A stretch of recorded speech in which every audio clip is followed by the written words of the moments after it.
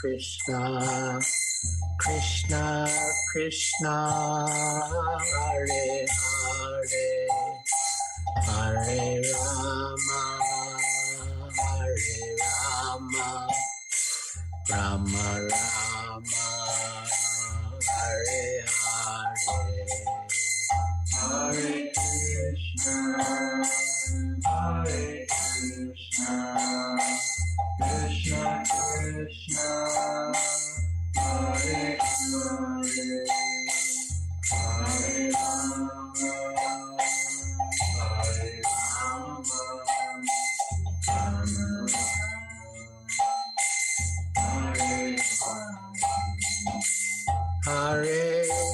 Krishna, Hare Krishna, Krishna Krishna, Hare Hare, Hare Rama, Hare Rama, Rama Rama, Hare Hare.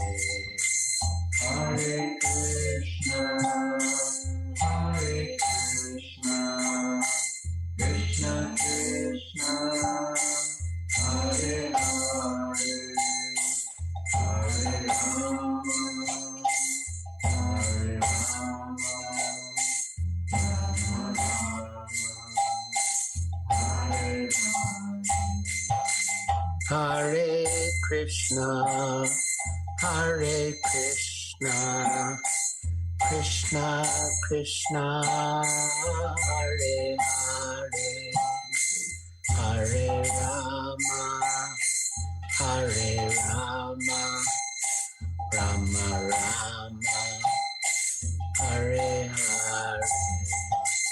Hare Krishna, Hare Krishna, Krishna Krishna,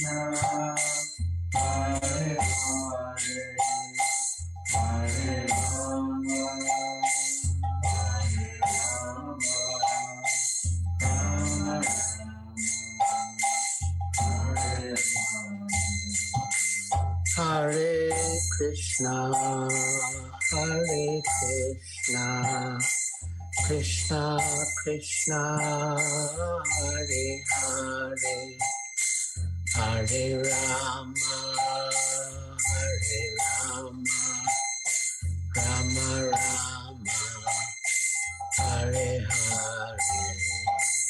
Hare Krishna, Hare Krishna, Krishna Krishna, Hare Hare, Hare Rama, Hare Rama, Rama Rama, Hare Hare.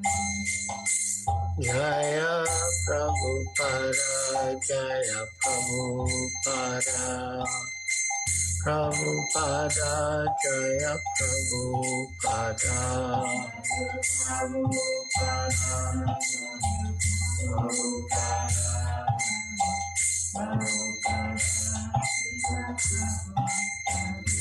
Jaya Prabhupada, Jaya Prabhupada, Prabhupada, Srila Prabhupada,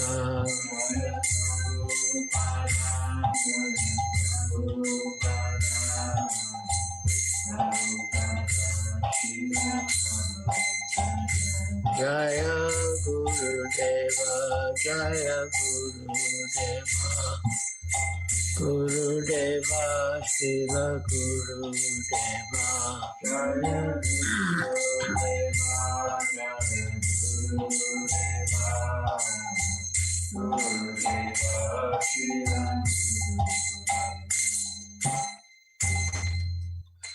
Jayam Vishnupad Paramhansa Prajakacharya Stotra Sri Srimad Bhaktivedanta Swami Prabhupada Ki Jai. ISKCON founder Acharya Srila Prabhupada Ki Jai. Jayam Vishnupad Paramhansa Prajakacharya Stotra Sri Srimad Bhakti Siddhanta Saraswati Goswami Prabhupada Ki Jai. Ananta Koti Vaishnava Vrinda Ki Jai. Namacharya Srila Haridas Thakur Ki Jai. Prem Se Kaho Sri Krishna Chaitanya Prabhu Nityananda Shri Advaita Gadadhar Shivas Adi Gaur Bhakta Vrinda Ki Jai. Shri Shri Radha Krishna Gopa Gopinath Shama Kunda Radha Kunda Giri Govardhan Ki Jai. Vrindavan Dham Ki Jai, Navadvip Dham Ki Jai, Jamuna Mai Ki Jai, Ganga Mai Ki Jai, Tulsi Devi Ki Jai, Bhakti Devi Ki Jai, Samveta Bhakta Vrinda Ki Jai, Nitai Gaur Premanande Hari Hari Bol. All glories to the assembled devotees. All glories to the assembled devotees. All glories to the assembled devotees. All glories to Sri Guru and Sri Gauranga. Glories to Shiva Prabhupada.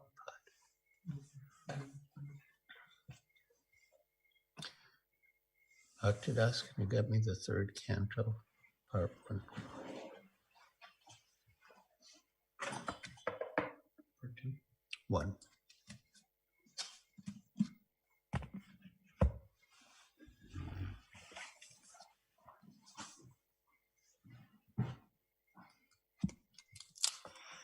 So we shall read from Srimad Bhagavatam, Canto 3, Chapter 2, Text 23. This verse always reminds me of Srila Prabhupada, and after reading the verse, I will speak about Srila Prabhupada. Om Namo Bhagavate Vasudevaya. Om Namo Bhagavate Vasudevaya. Om Namo Bhagavate Vasudevaya. Om Namo Bhagavate Vasudevaya. Om Namo Bhagavate Vasudevaya. Om Namo Bhagavate Vasudevaya.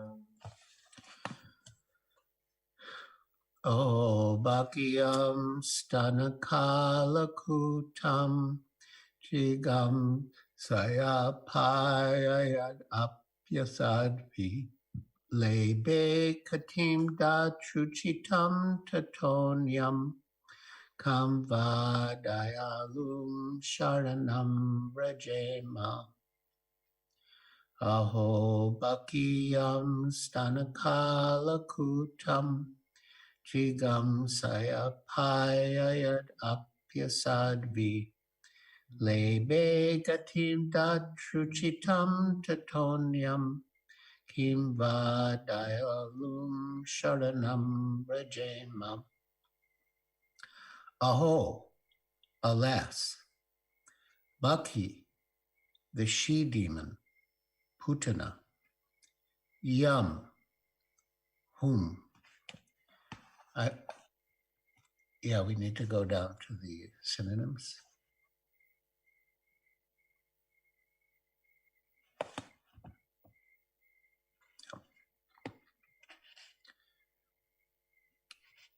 Yam, whom, stana, of her breast, kala, deadly, kutam, poison, jigamsaya, out of envy, apayayat, nourished, api, although, asadvi, unfaithful, lebe, achieved, gatim, destination, datri uchitam, just suitable for the nurse, tata, beyond whom, anyam, other, come, who else, va, certainly, dayalum, merciful, sharanam, shelter, vrajema, shall I take. Translation: alas, how shall I take shelter of one more merciful than he, who granted the position of mother to a she-demon, Putana, although she was unfaithful, and she prepared deadly poison to be sucked from her breast. Purport by Srila Prabhupada. Here is an example of the extreme mercy of the Lord, even to his enemy. It is said that a noble man accepts the good qualities of a person of doubtful character, just as one accepts nectar from a stalk of poison. In his babyhood, he was administered deadly poison by Putana, a she-demon who tried to kill the wonderful baby. And because she was a demon, it was impossible for her to know that the Supreme Lord, even though playing the part of a baby, was no one less than the same Supreme Personality of Godhead. His value as the Supreme Lord did not diminish upon his becoming a baby to please his devotee, Yashoda. The Lord may assume the form of a baby or a shape other than that of a human being, but it doesn't make the slightest difference. He is always the same Supreme. However powerful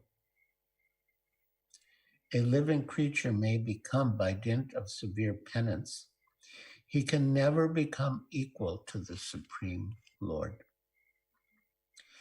Lord Krishna accepted the motherhood of Putana because she pretended to be an affectionate mother, allowing Krishna to suck her breast. The Lord accepts the least qualification of the living entity and awards him the highest reward. That is the standard of his character. Therefore, who but the Lord can be the ultimate shelter?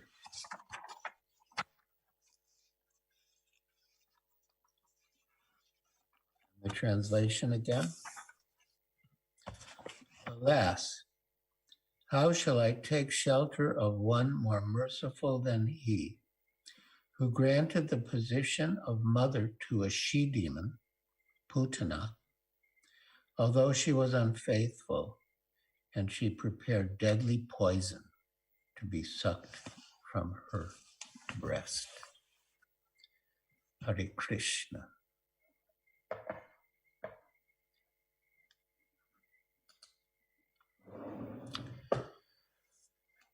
So this verse reminds me of Srila Prabhupada. How shall I take shelter of one more merciful than he? There is no one more merciful than Srila Prabhupada. Lord Nityananda is most merciful, and Srila Prabhupada manifested the same quality of mercy as Nityananda Prabhu.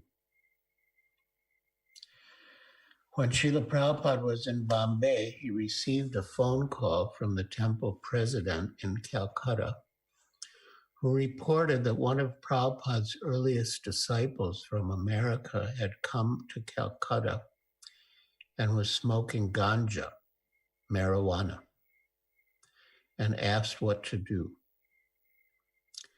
Prabhupada told his secretary to relay his response.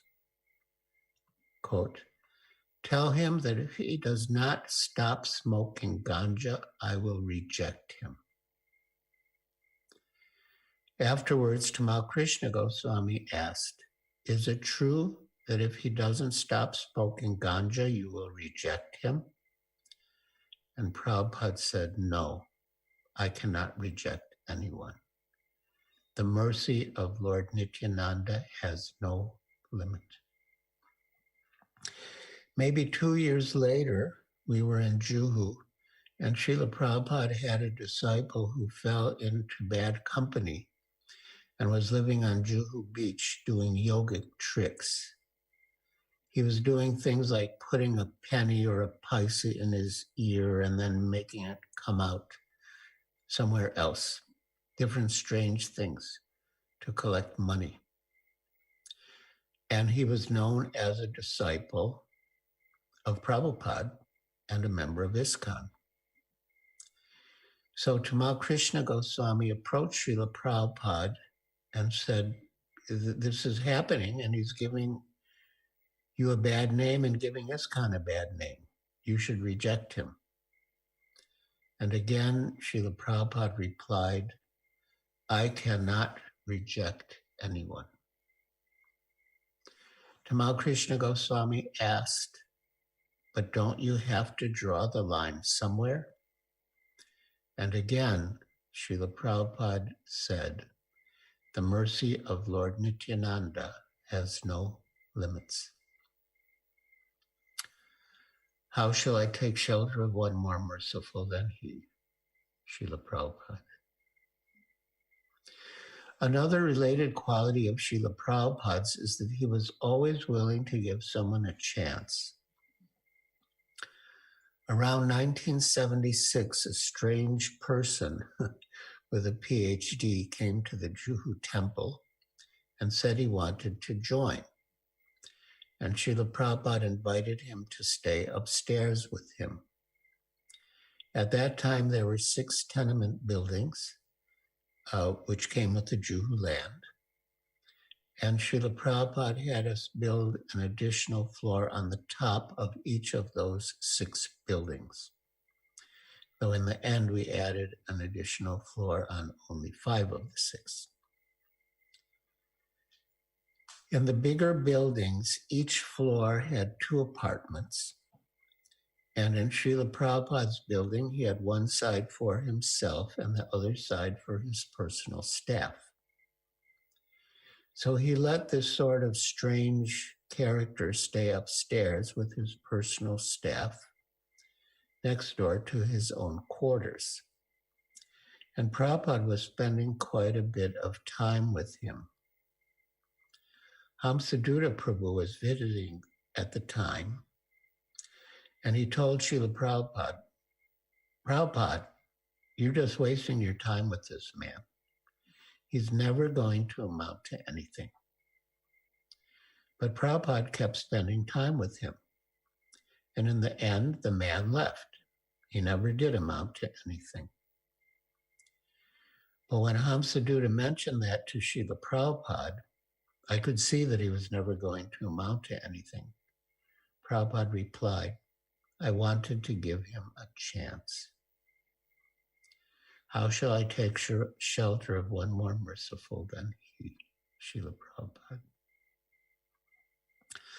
Another person whom Srila Prabhupada encouraged was Dr. C.P. Patel, who would almost always accompany him on his morning walks on Juhu Beach. They had a friendly relationship, but Dr. Patel would sometimes speak like a Mayavadi. Prabhupada would accuse him, you are a Mayavadi. But Dr. Patel would reply, no, sir, I'm a Vaishnava, a pure Vaishnava. One morning, Dr. Patel and Srila Prabhupada had a huge argument. Dr. Patel would bring up different so-called holy men of India, and if they were not up to the standard, Srila Prabhupada would criticize them. So, one morning, Srila Prabhupada was criticizing one of Dr. Patel's favorite revered so-called saints of India, and Dr. Patel and he had a huge argument. Dr. Patel raised his voice to Srila Prabhupada, and Srila Prabhupada raised his voice to Dr. Patel. They were literally shouting at each other.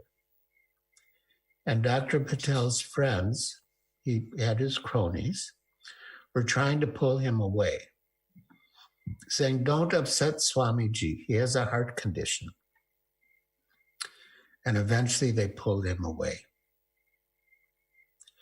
Back at Hare Krishna land, Tamal Krishna Goswami approached Srila Prabhupada in his room and asked him, what is Dr. Patel's position? Is he a Vaishnava or a Mayavadi, an impersonalist? In response, Srila Prabhupada told a story about a man who could speak many languages. In whatever language people addressed him, he would respond fluently. No one could figure out where the man was actually from. After much discussion, a neighbor said, "I will find out." So one day, when the man was preoccupied, the neighbor came up behind him and gave him a big whack. And when the man started to curse in his native tongue, his origin was disclosed. Dr. Patel is like that, Srila Prabhupada said. He can speak very expertly. He can sound like a devotee, sound like a Vaishnava, sound like a Mayavadi, sound like anything.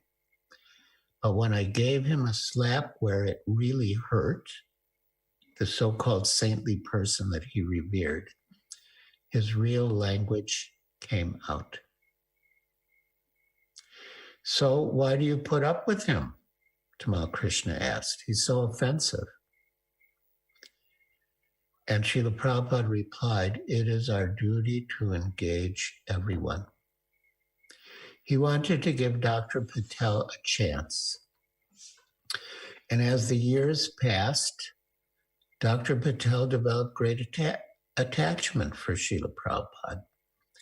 And after Prabhupada left this world, Dr. Patel wrote a beautiful article for Back to Godhead about his relationship with him.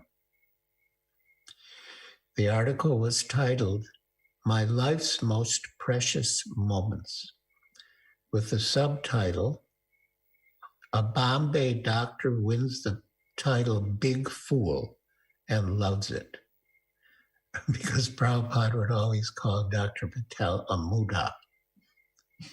He would say, I am not saying, Krishna is saying. Namam Duskritana Mudha. Anyone who does not surrender to Krishna is a Mudha, fool. So how shall I take shelter of one more merciful than he? Srila Prabhupada had so many wonderful qualities, but his most important quality, for us especially, was his extreme mercifulness. Srila Prabhupada had a good friend in Bombay named Bhogilal Patel. Bhogilal was elder to Srila Prabhupada by about 3 years, and he was extremely pious. The first devotee to meet him was Gargamuni. And when Gargamuni was explaining Srila Prabhupada's work, Bhogilal Patel wept profuse tears of appreciation. One day, some years later, Bhogilal Patel came to meet Srila Prabhupada at Prabhupada's flat at the back of Hare Krishna land. I had a close relationship with Seth Bhogilal, so I brought him up to meet Prabhupada. They were talking, and as is natural in a conversation, when Prabhupada was speaking, I would look at him. And when Bhogilal was speaking, I would look at him. But at one stage, while Bhogilal was speaking, I looked at Prabhupada, which Prabhupada wasn't expecting. And he was looking at me with such love and affection, like a father or grandfather. By age, Srila Prabhupada was more like a grandfather. I was surprised that he was looking at me with so much love. But as soon as Srila Prabhupada saw me look at him, he changed his expression and became very grave and serious. I think it was some special mercy that I got a glimpse of how much love he had for us, which he didn't usually show very openly. His love for us was manifest in his care for us and his giving us the knowledge of Krishna consciousness and engaging us in Krishna's service. Srila Prabhupada was very reserved about touching people, including even disciples. In 1971 at Gorakhpur, As guests of Hanuman Prasad Podar of Gita Press, we were staying in his large estate, Sri Krishna Niketan, which had previously been his personal residence. Srila Prabhupada was traveling with his small Radha Krishna deities, and he wanted to establish an altar for them in Sri Krishna Niketan. He wanted some foliage for the altar, so he sent a couple of devotees, including me, to collect some. I went out to a thicket and was collecting branches with leaves. I wasn't tearing them live. I was looking for branches and leaves that had fallen. I kept going deeper and deeper into the woods and collecting more and more foliage. And eventually I had a huge bundle, as much as I could possibly carry. So I was lugging the bundle up the stairs. And when I got to the temple room, Srila Prabhupada was there, and the altar was being set up. I just dropped the bundle on the floor and offered my obeisances. And while I was on the floor, Prabhupada patted me on the back. It was one of the only times, maybe the only time, that he physically touched me. I looked up and he was smiling broadly. I don't know if he even needed any more foliage, but he was pleased by my effort. Now I ask you, how shall I take shelter of one more merciful than he? We had many wonderful experiences with Srila Prabhupada in Gorakhpur. At one stage, he got off of the Vyasasan and came down onto the floor to show Kaushalya how to mop the floor with a cloth and a bucket of water. From the Vyasasan, he could see that she was not doing it up to the standard. And so he came down and he took that rag or cloth and that bucket of water, and he was actually demonstrating by his own example how to properly clean the floor. There were so many wonderful experiences with Srila Prabhupada in Gorakhpur and everywhere.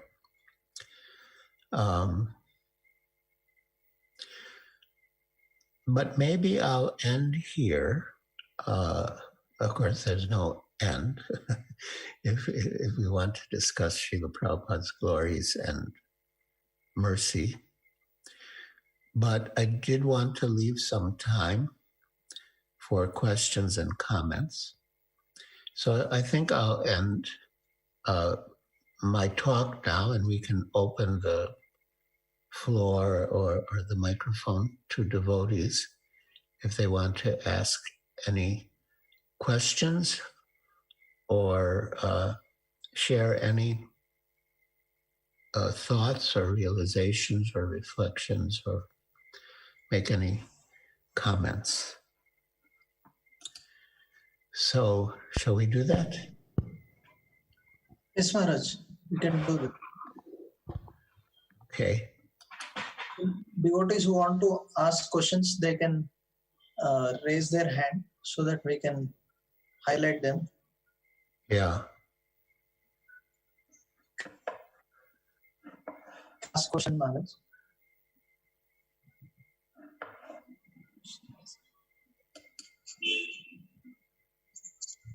Hare Krishna Maharaj. My question is that how to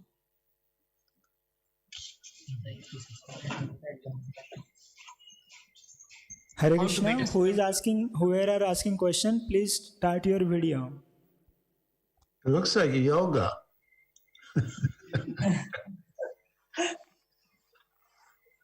Hare Krishna Maharaj. My question is that what is the best way to serve Srila Prabhupada? That is a very good question. Actually, Srila Prabhupada wanted us to do two things. Advance in Krishna consciousness and distribute Krishna consciousness. So we should do both. We should relish Krishna consciousness, and we should share Krishna consciousness with others. At one point, I was staying with Vaisheshika Prabhu at his home in Burlingame, California, which is very near the San Francisco airport.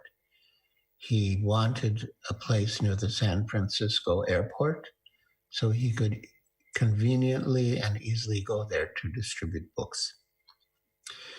At the time, Vaisheshika Prabhu was preparing to write his book about book distribution, which eventually he did.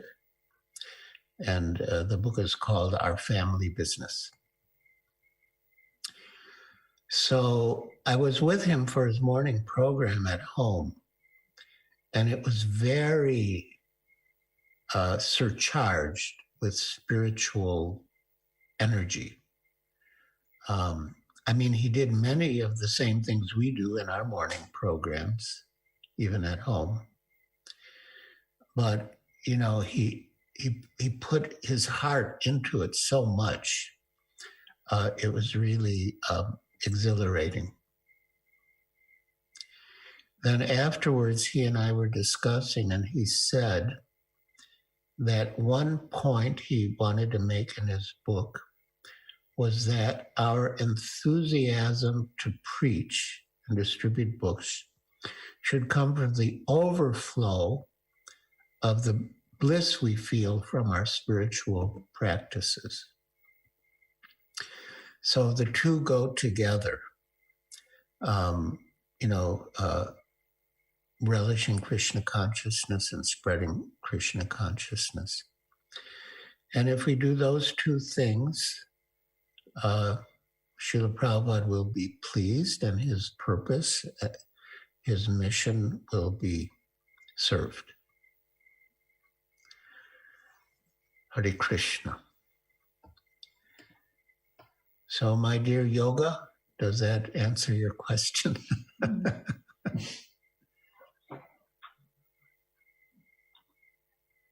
Yes, Maharaj. Okay, thank you. So 4 more participants have raised their hands. Hare Krishna, Maharaj. Sarasiromani Prabhu, you can decide who to call on. Maharaj, we have His Grace Vardha Krishna Prabhu, one of the HTMCs of ISKCON Hyderabad. He has just joined us. Prabhuji wants to ask. Okay. Please ask him. Hare Krishna, Maharaj. Please accept my humble obeisances. Maharaj, I just want to begin by saying a few words of sincere appreciation to Your Holiness for the absolutely exemplary manner in which you have led your life from the time you have met Srila Prabhupada. Every word that you speak, every day, every act of yours is a source of inspiration for all of us. I think it will remain as a source of inspiration for generations of devotees to come. You've definitely proven to be one of the most erudite and most dedicated pillars of this movement. I had very few opportunities to see you and serve you in my life. I still cherish that few days that you visited. Many years back, you visited ISKCON Bangalore.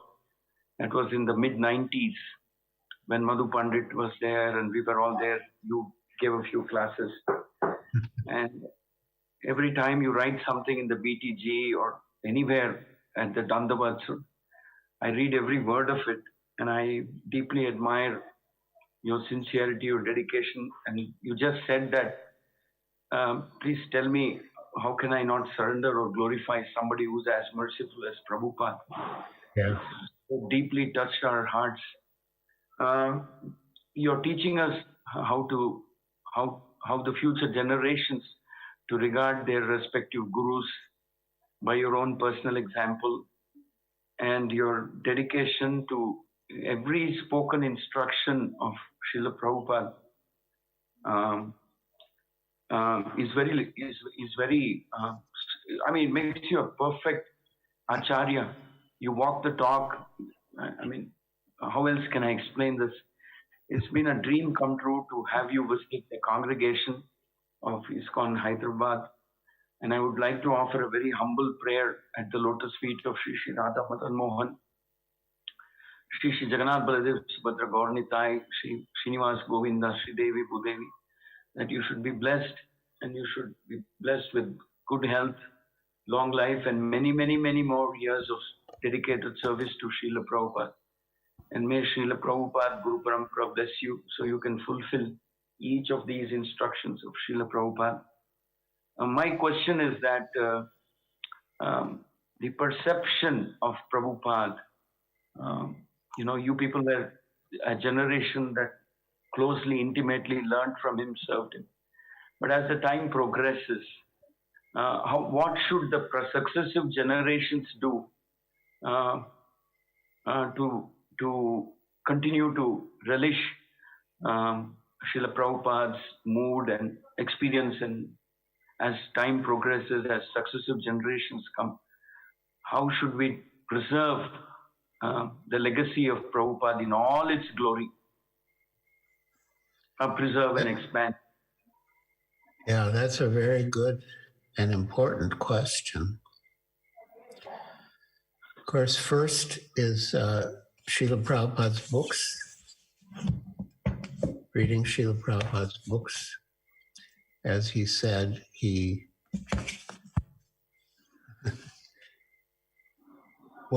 actually, anyway, yeah, he said he put the best of himself in his books, and that his purports were his personal ecstasies.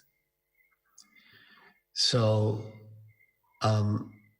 reading and studying Srila Prabhupada's books is very important for us at present, and it will be in the future as well. And there was a survey taken in Mayapur during the ILS, which means ISKCON Leadership Sangha,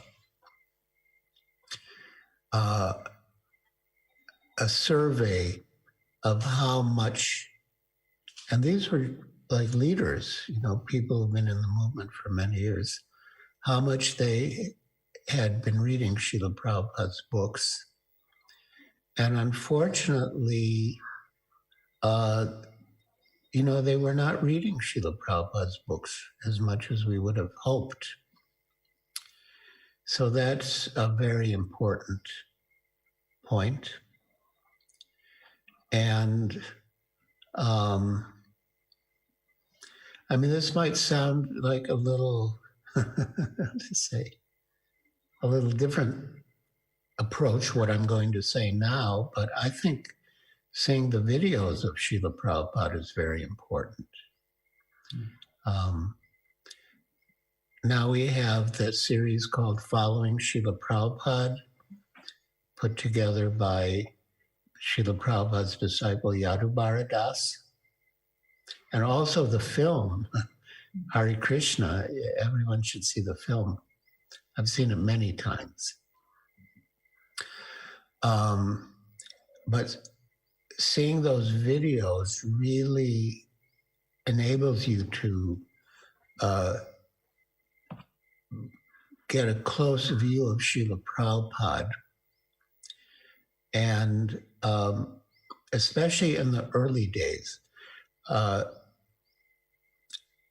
there's one very nice devotee in Mumbai called Krishna Chandra Das, Rishikesh Mafatlal.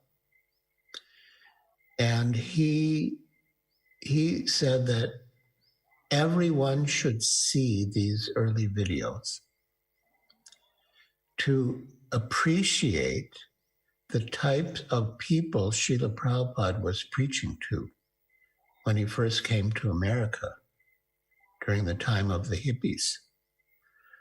And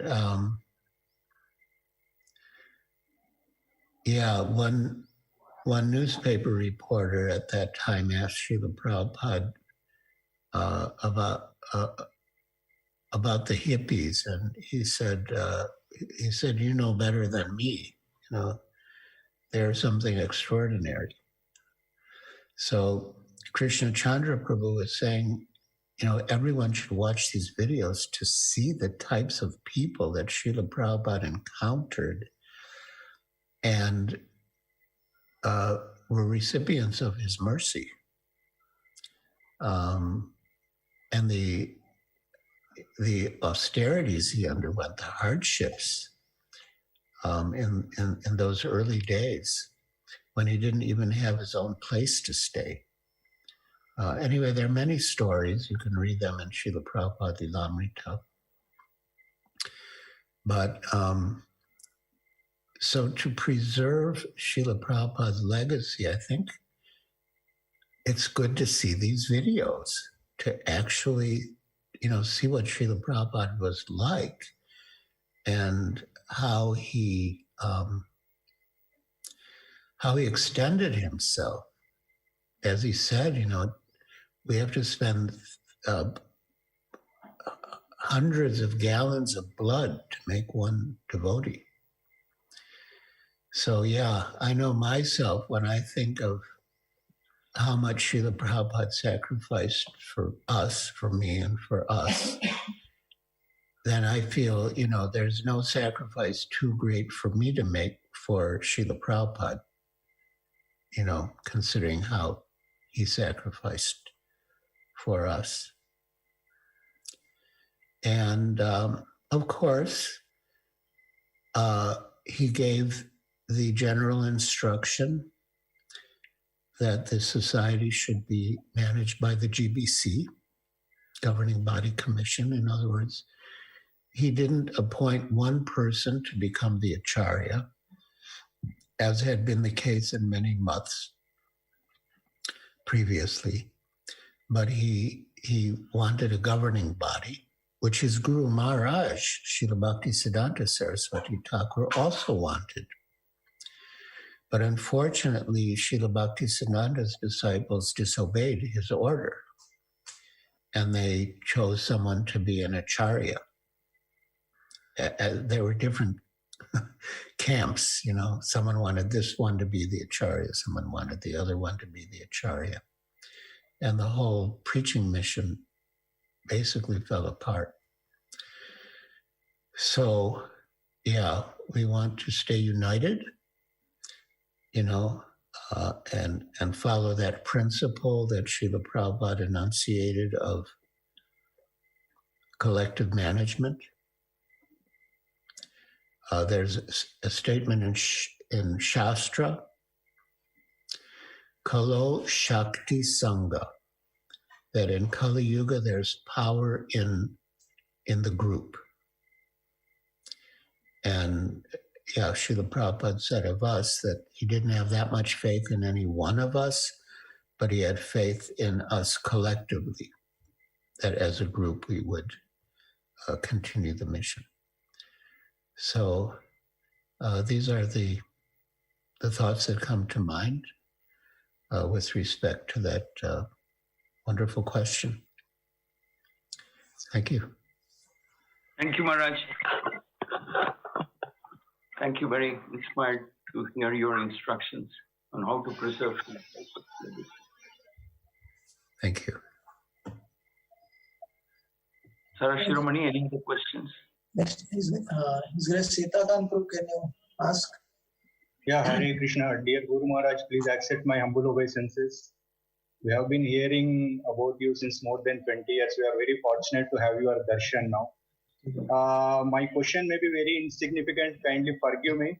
But in your wonderful lecture today, you have given two examples how Prabhupada said he cannot reject anyone.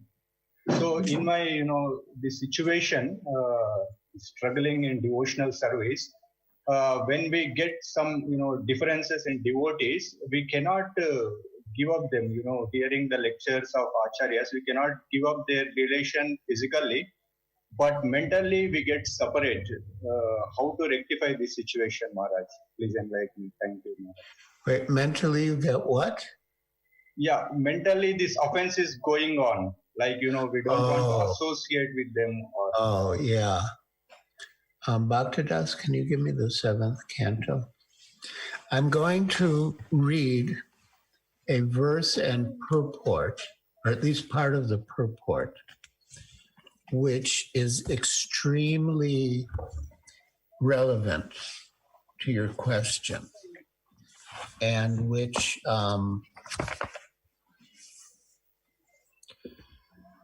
should give guidance to all of us, how we should associate with each other as devotees. So this is Srimad Bhagavatam, Canto 7, Chapter 5. Prahlad, the saintly son of Hiranyakashipu.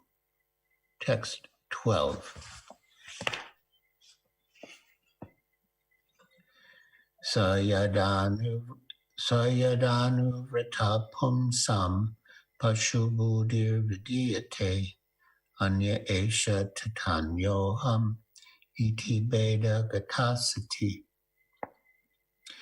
When the Supreme Personality of Godhead is pleased with the living entity because of his devotional service, one becomes a pundit and does not make distinctions between enemies, friends, and himself.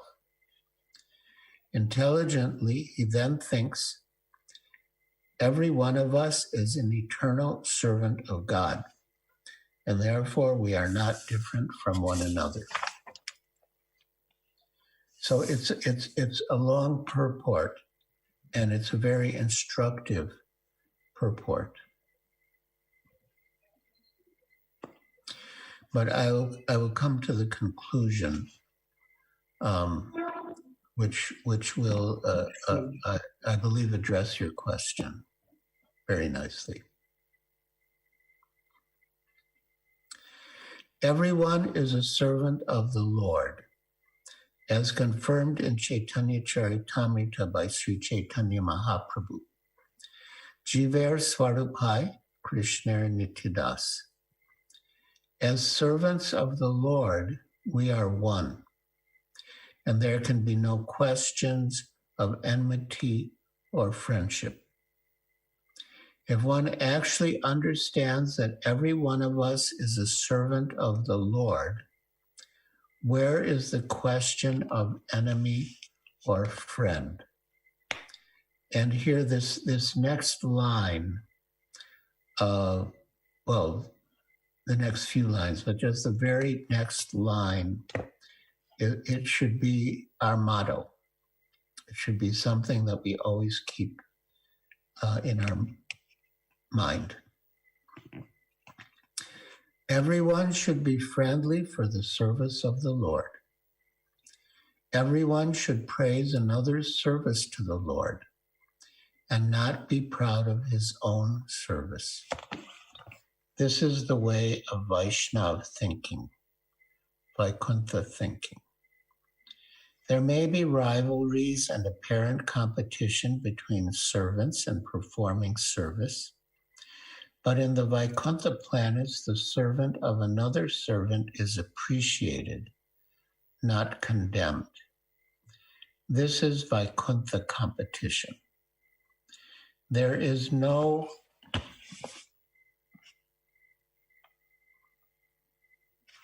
question of enmity between servants.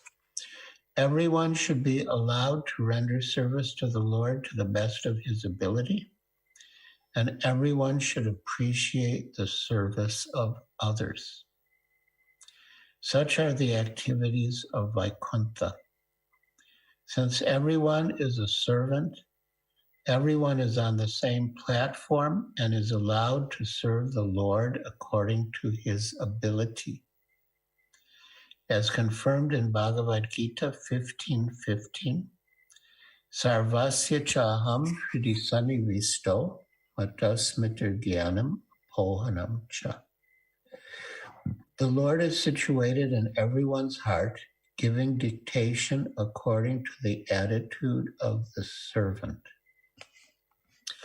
So this is your point, that according to our natures and according to our inclinations to serve in different ways, the Lord will dictate to us.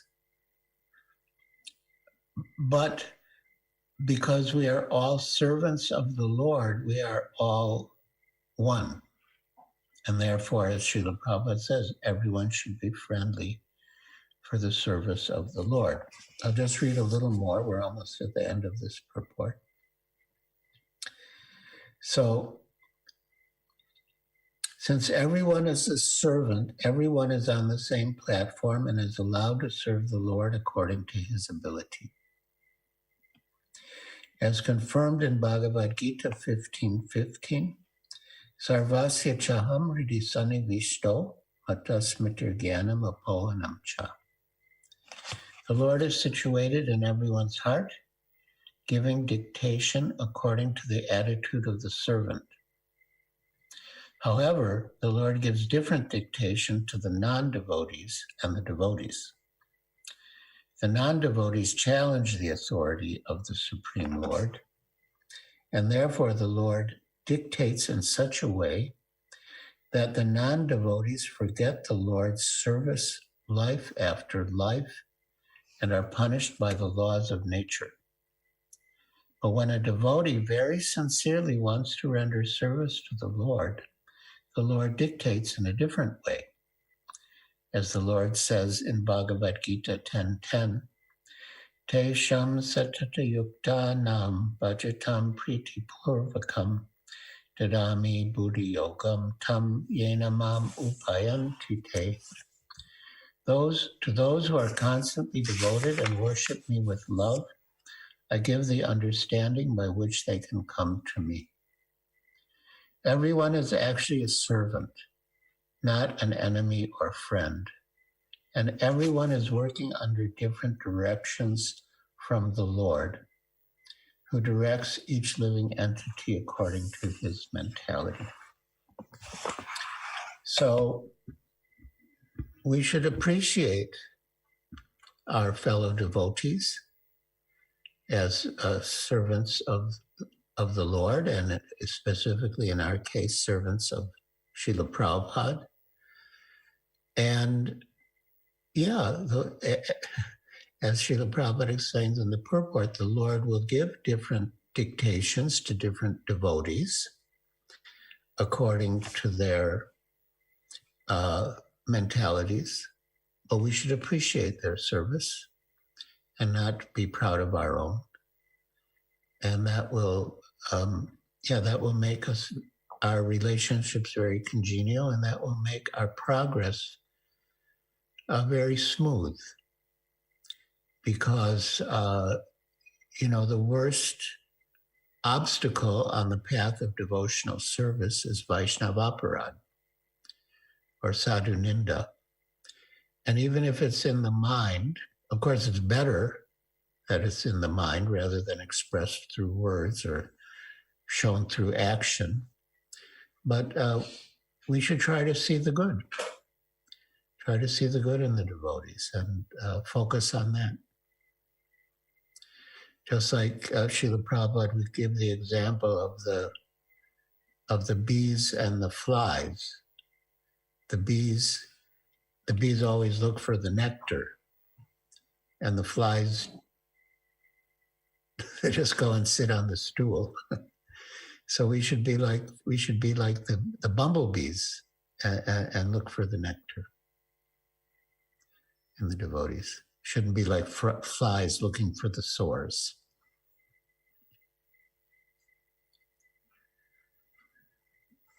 Hare Krishna.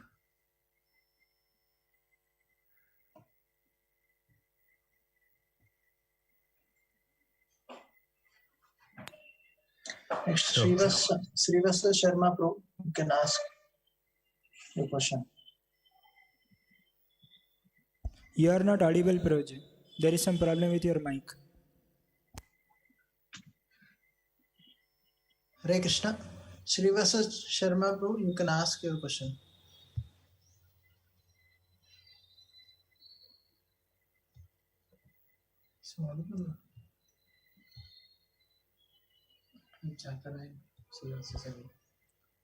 Srivasa Prabhu, there is some problem in your mic. I'll give you a chance later. Just set up the system. Hare Krishna. Is it audible now, Prabhuji? Now it is audible. Yes. Hare Krishna, Maharaj. Please accept the humble obeisances. Thank you so very much for such an enriching session. Very touched and moved by. It was as if Prabhupada was just, in front of us. Thank you very much. This is such a rare and unique, and we are blessed to have this opportunity to be with you, Maharaj. I have a very small and silly question. Pardon me for this question, but I'm curious to know, will our relationship with Prabhupada be everlasting, after this body goes? Even if I have fallen into the darkest regions in this material world or elsewhere, will Srila Prabhupada still be there for me, standing there and guiding me to the Lord? Oh, yes. Once you've taken shelter of Srila Prabhupada, he will never let you go. And of course, you should try to make it easy for him by following his instructions and serving his mission. As we discussed, tasting Krishna consciousness and distributing Krishna consciousness. But yeah, once you have taken shelter of him, and more so if you've taken initiation in ISKCON, he will be there for you. Yeah. He'll make sure you reach the ultimate goal.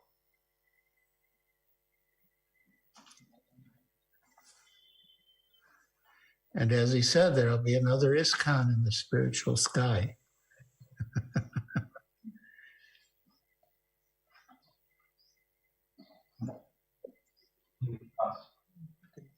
Next, Aparna Vaidya Mataji. Gajendra Prabhu is there. Okay. Hare Krishna Maharaj, please accept our humble obeisances. Thank you very much for your wonderful lecture, which really enhanced our appreciation for Srila Prabhupada. I would like to know two things, Maharaj. One is from a philosophical, from philosophy point of view, which you told from the Srimad Bhagavatam verse. So Krishna is such a merciful person, who gave Putana the post of his mother in the spiritual world, and there can be no one like him. But now, while describing the verse Sarvasya Chaham Pradisanna Vishnu, you were telling that when non-devotees, they want to go away from Krishna, so he gives them such thoughts. But while learning about the difference between the Supreme Lord Krishna and demigods, we were told the example that Krishna is like the mother. When the child is having a sore throat, mother doesn't give the ice cream, although the child cries. But whereas, if you go and worship the demigods, they are like shopwallas, so like shopkeepers. They will, if you pay the price, they will give it. So now, so Krishna is such like mother. He gives us only what is best. But whereas, for non-devotees, why does he give them those thoughts which will take them away from Krishna? Ultimately, that is not the best for them. So how to reconcile this thing? This is one question, and I would like to know if it is possible that actually the pastime of Radha Rasvihari Juhu temple. Wait, let me answer the first one first. Yes. Yeah. The answer is that that Krishna wants our love, and love is voluntary. Love cannot be forced. And he never interferes with our minute independence. After speaking the whole Bhagavad Gita to Arjuna, he asked Arjuna, Yatechasi tathakuru. Now you have heard everything. Now you do what you like. So he doesn't interfere with the minute independence of the living entity. And then Arjuna voluntarily said that Kardashe vachanam tava, I will act according to your instruction. So yeah, it's his mercy that he doesn't interfere with our minute independence. Otherwise we would be like machines. We'd be like robots. We wouldn't be human beings or living entities. But he's very merciful, and he comes personally and speaks the Bhagavad Gita. He comes again as Lord Chaitanya, as a devotee. He sends his servants and representatives to give us good instructions so that we won't misuse our independence. But he doesn't interfere with our independence, and that's also his mercy.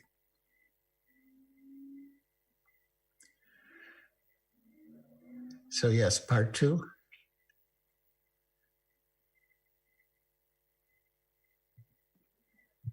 Thank you very much, Maharaj. Part two, another question is like when first time I heard the pastime of how Radha Rasvihari's Juhu temple, ISKCON temple was established at that time, what sort of hardships all the devotees of Prabhupada has undergone, including Your Holiness. So it's really very much inspiring. And when we heard and read that it says that you were at that time was a new brahmachari, it's mentioned like that. So what made you to become so much committed and dedicated for the cause of serving Srila Prabhupada personally in your life, and how can we get such commitment for Srila Prabhupada? Already you explained so mercifully, and how can we get some such deep commitment and appreciation for our gurus and spiritual authorities, even despite having little personal association? So would you please explain, enlighten us? Thank you, Maharaj. Well, very early in my devotional career, I mean, not that early, but quite early, I had a very significant talk with His Holiness Tamal Krishna Goswami on the balcony of the Calcutta temple late one night when all the other devotees were asleep. And he said, and I accepted, that the secret of success in spiritual life is to please the spiritual master. And that became my guiding principle. And as far as Juhu, I knew that Srila Prabhupada wanted it. And I was, I didn't really consider those austerities to be an impediment. I accepted them. And I feel that again, considering how much Srila Prabhupada sacrificed for us, whatever sacrifice we could make for him was small in comparison. So, yeah, I was happy to do it. I didn't mind it.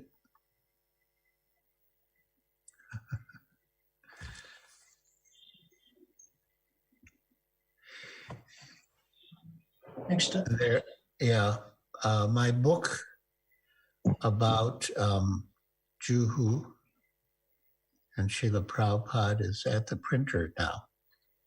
Yeah, it's 800 pages. I think 760 pages of text and 40 pages of pictures. But yeah, I mean, I'm tempted to read a little excerpt about, but I think let's see, maybe I'll come back to it because there's still a number of other devotees who have their hands up. So, yeah. Hare Krishna. Next, Aparna Mataji can ask her question. Thank you, Prabhuji. Hare Krishna, Maharajji. Hare Krishna. Please accept my humble obeisances and Dandavat Pranam to all Vaishnavas present over there. Maharajji, first of all, please, I beg your pardon and seeking your mercy that my question could be insignificant. As Krishna says that I love the person most who serves my devotees. Yes. So if one is seeking mercy of Krishna, so, one should serve the devotees. So can you please enlighten me and us, what is the best way to serve devotees?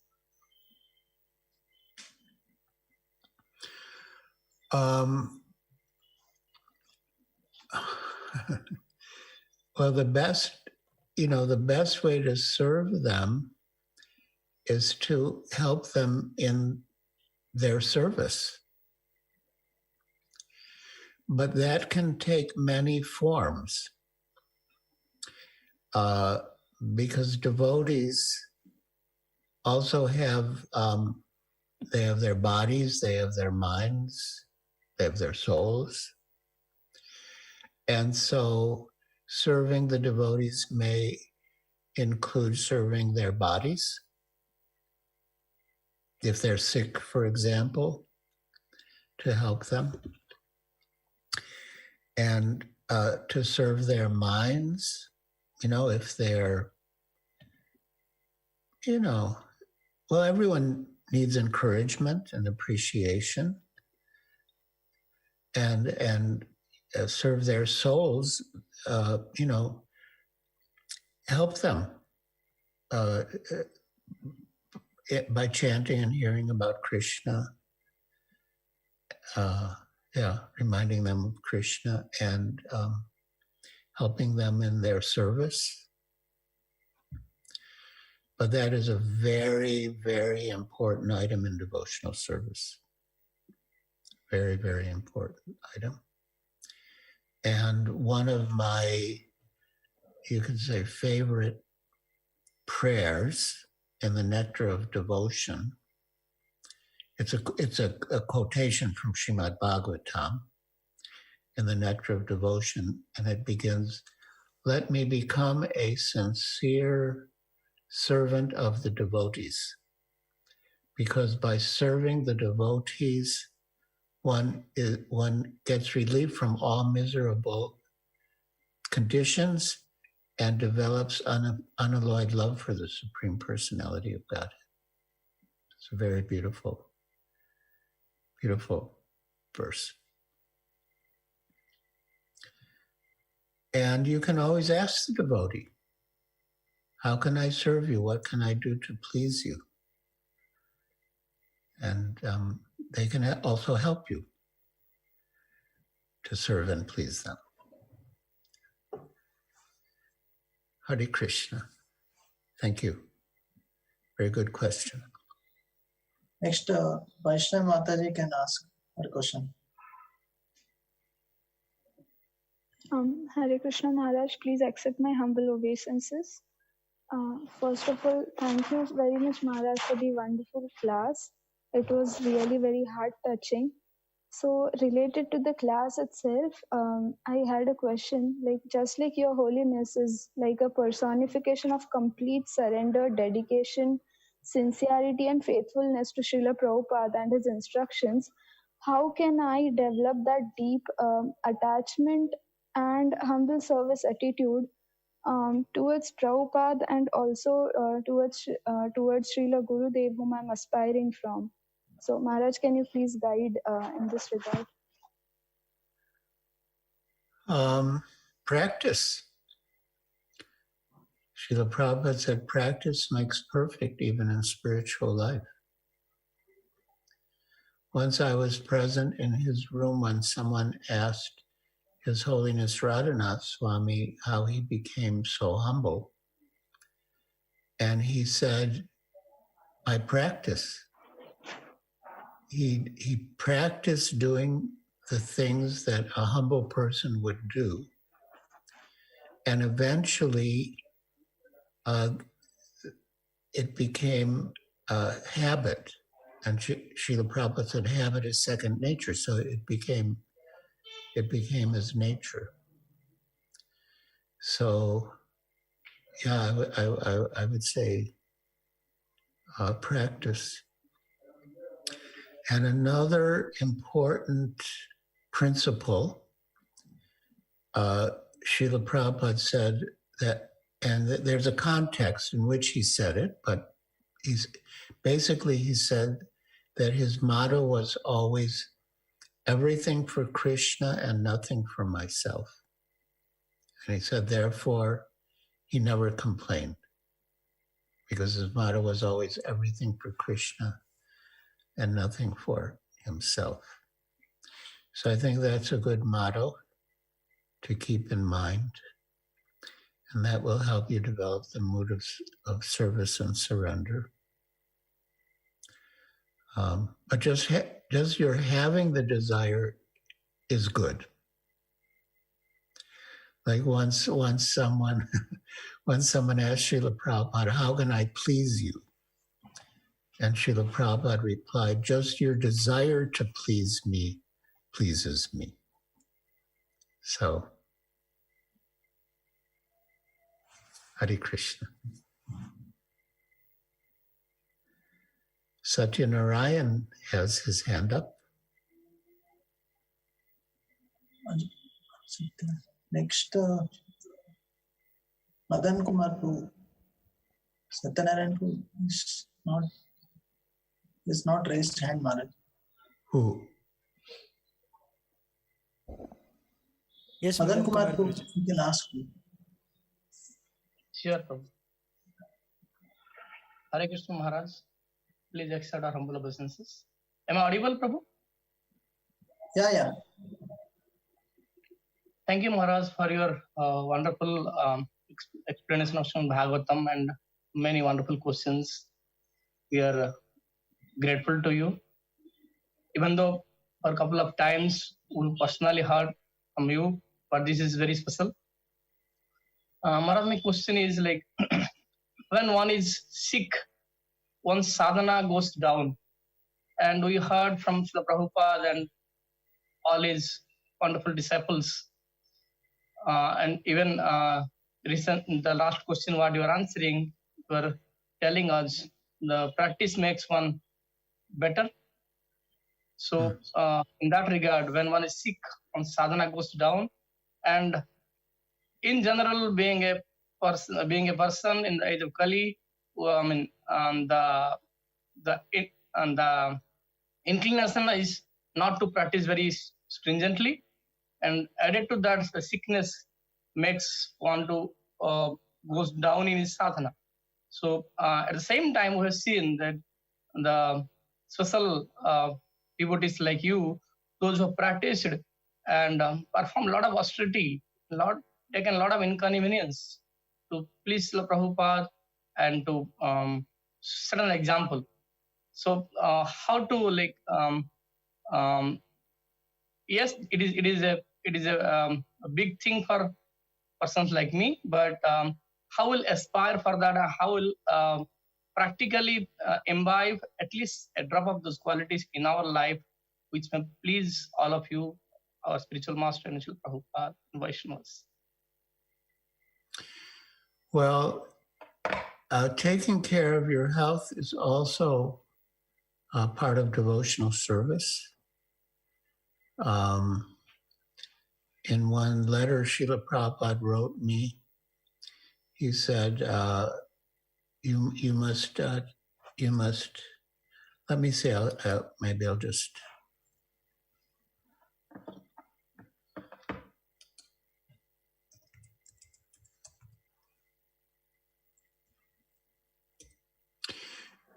Srila Prabhupada wrote me, if you are feeling tired, you may take rest.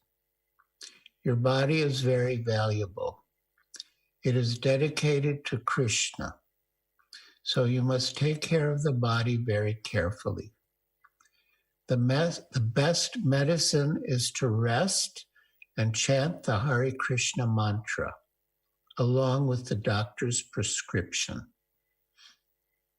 The Hare Krishna mantra is Bhavoshadi, the panacea for all material disease.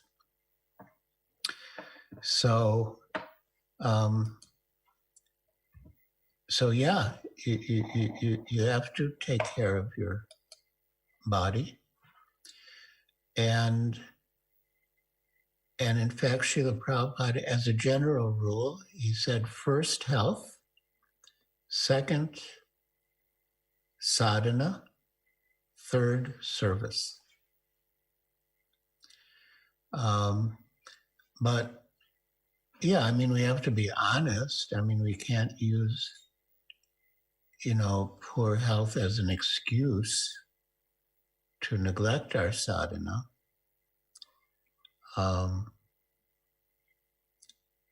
Yeah. And I know myself,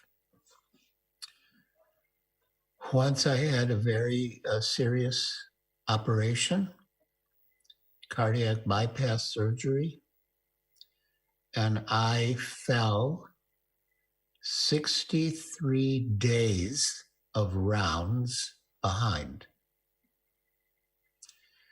Of course, for many days I couldn't chant, but even when I was able to chant a little, I couldn't chant 16 rounds. I just was too sick. And so the number of rounds that I owed, so to speak, was increasing. But I kept track. So 63 days of rounds, that's 63 times 16. That's quite a few rounds. But I kept track and I made them up. So we should do that.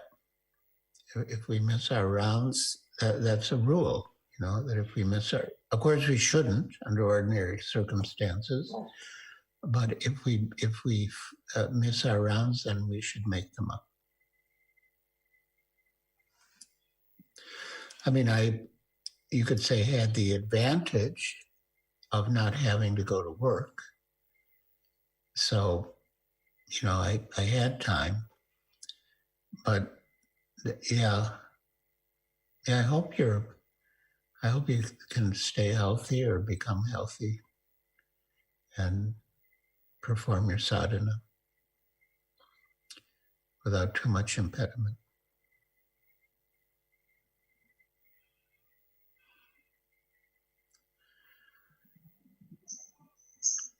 Madan Kumar Prabhu? Yes, Maharaj. Yes, Maharaj. Do you have a chronic illness? Or you were just dead? I had some ulcer in my intestine, and now it is getting healed.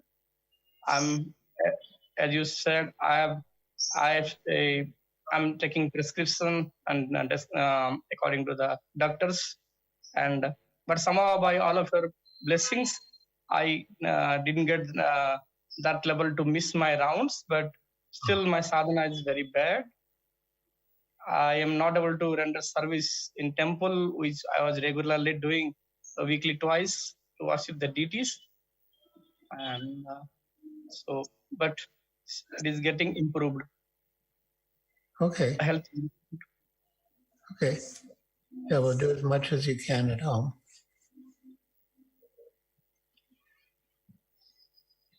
Thank you very much, Maharaj. Next, Ramadhav Prabhu. Manohar, go and pray, Prabhuji. Can you ask? Manohar, go and pray. You can ask. Next, Ramadhav Prabhu, can you please ask? Unmute. Prabhuji. Yeah, Satyanarayan is very eager when Satyanarayan Prabhu. Prabhuji, I'm sorry, Prabhuji. Can I talk, Prabhuji? Ram Madhava Prabhuji. Yes, okay. Okay. Ram Madhava Prabhu. Respected Maharaj, most humble obeisances, Maharaj. I think today is a memorable day, Maharaj. So we never expected in our life that we will speak to you through Zoom. So I thank to Lord Krishna, Maharaj, and I offer my most respectful obeisances at your holy feet. Maharaj, I would like to ask you one question, Maharaj. So when reversal happens in devotee's life, so how to take it, Maharaj? Whether it is my past karma or Lord Krishna is helping me to advance in my spiritual life. And even after getting reversals, how to be enthusiastic or more enthusiastic like previously? Well, that is again a very good question. And I would like to read a verse and purport. I can get a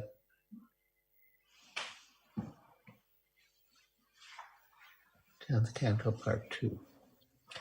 This verse and purport are extraordinarily instructive and exactly to your point.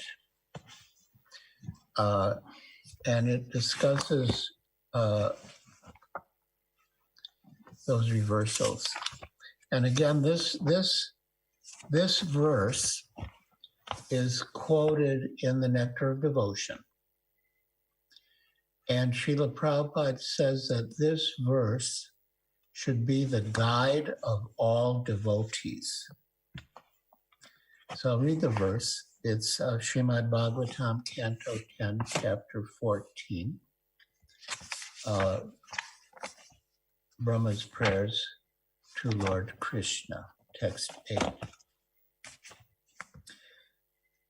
Tate nukampam susamikshamano punjana evatmakritam vipakam hridvagvapubir vidadan namaste jivetayo muktipade sadayabhak. Translation.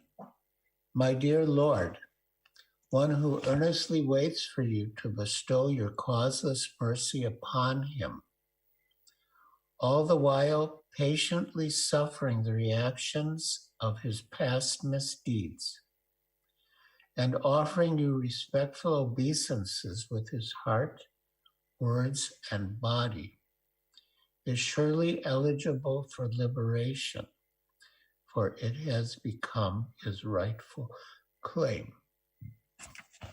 Purport.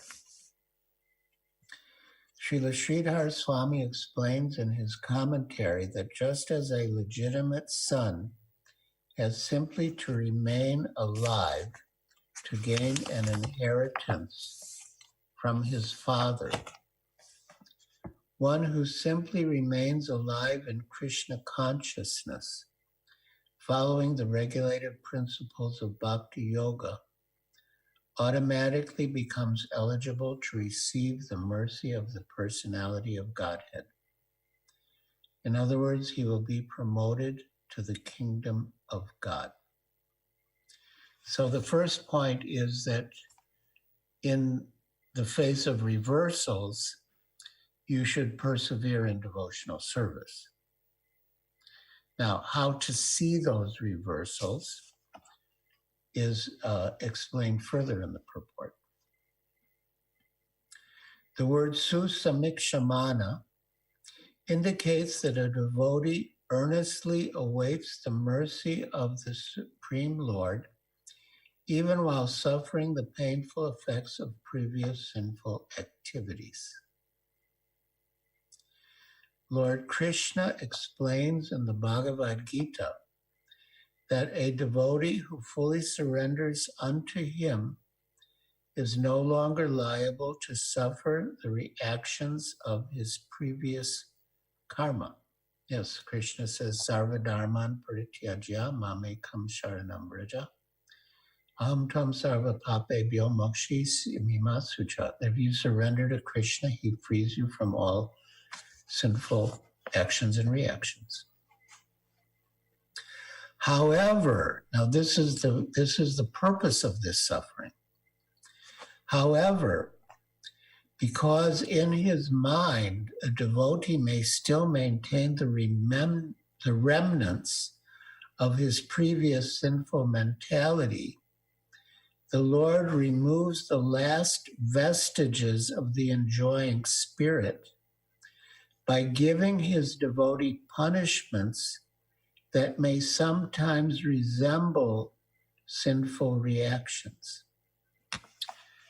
And Srila Prabhupada also said that Krishna, when the devotee surrenders to Krishna, Krishna takes charge of the devotee's sinful reactions, but he may release those sinful reactions at opportune times for the benefit of the devotee.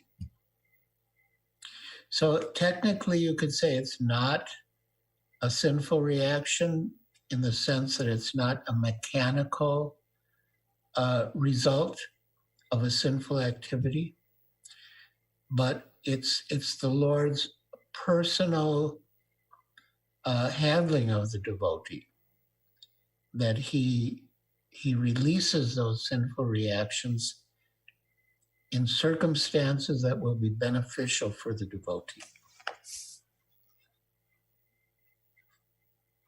So, Lord Krishna explains in the Bhagavad Gita that a devotee who fully surrenders unto him is no longer liable to suffer the reactions of his previous karma. However, because in his mind, the devotee may still maintain the remnants of his previous sinful mentality, the Lord removes the last vestiges of the enjoying spirit by giving his devotees punishments that may sometimes resemble sinful reactions. The purpose of the entire creation of God is to rectify the living entity's tendency to enjoy without the Lord.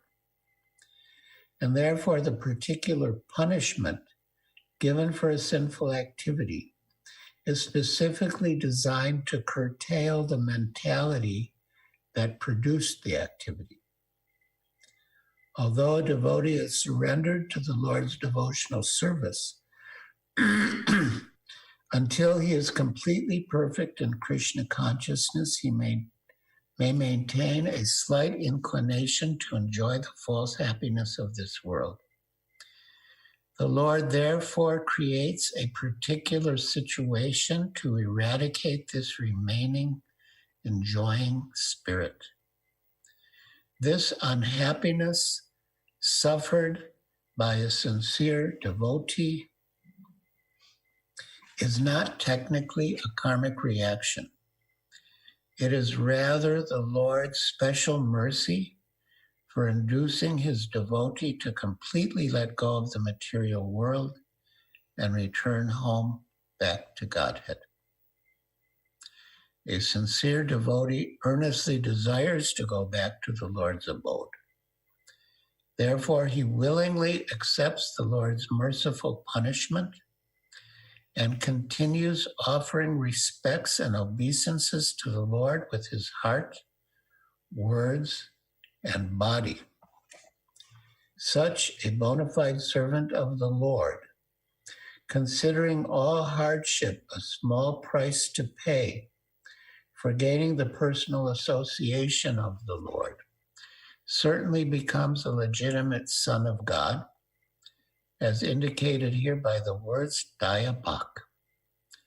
Just as one cannot approach the sun without becoming fire, one cannot approach the Supreme Pure, Lord Krishna, without undergoing a rigid purificatory process, which may appear like suffering, but which in fact is a curative treatment administered by the personal hand of the Lord.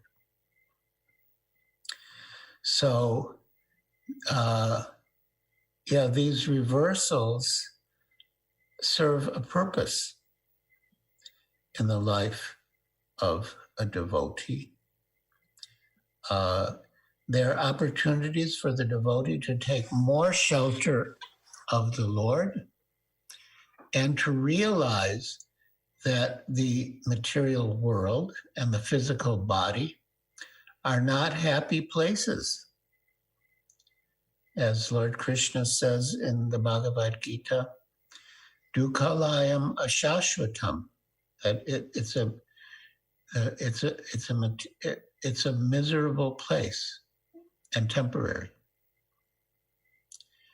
But unfortunately, we have the tendency to want to make this Dukhalayam, place of misery, into Sukhalayam, a place of happiness, which it is not.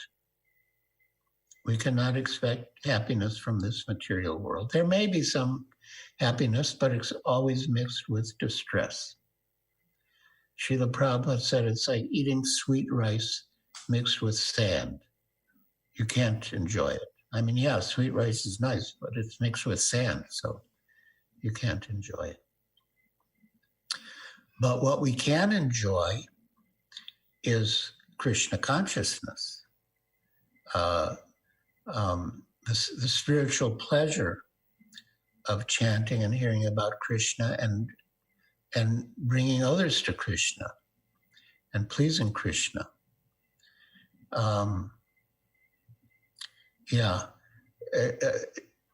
Srila Prabhupada gave a disciple the name Bhavananda. He's quite a well-known devotee, Bhavananda. Bhava means the material world, as opposed to bhava, which means ecstasy. So Srila Prabhupada gave the disciple Bhavananda Das the servant of the bliss of the material world. And Bhavananda was quite concerned. What did Srila Prabhupada have in mind by giving him that name? The servant of the bliss of the material world. So Bhavananda asked him, and Srila Prabhupada explained that a devotee perceives happiness only in relation to Krishna's happiness. And Krishna gets the greatest happiness when we bring people to him. And that you cannot do in the spiritual world, because in the spiritual world, everyone's already with Krishna. But that you can do in the material world. You can bring people to Krishna.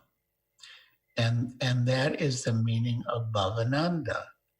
That is the bliss of the material world, bringing people to Krishna. And that gives Krishna the greatest pleasure. And therefore that gives the devotee also the greatest pleasure. And that was certainly Srila Prabhupada's mood. And so we shouldn't,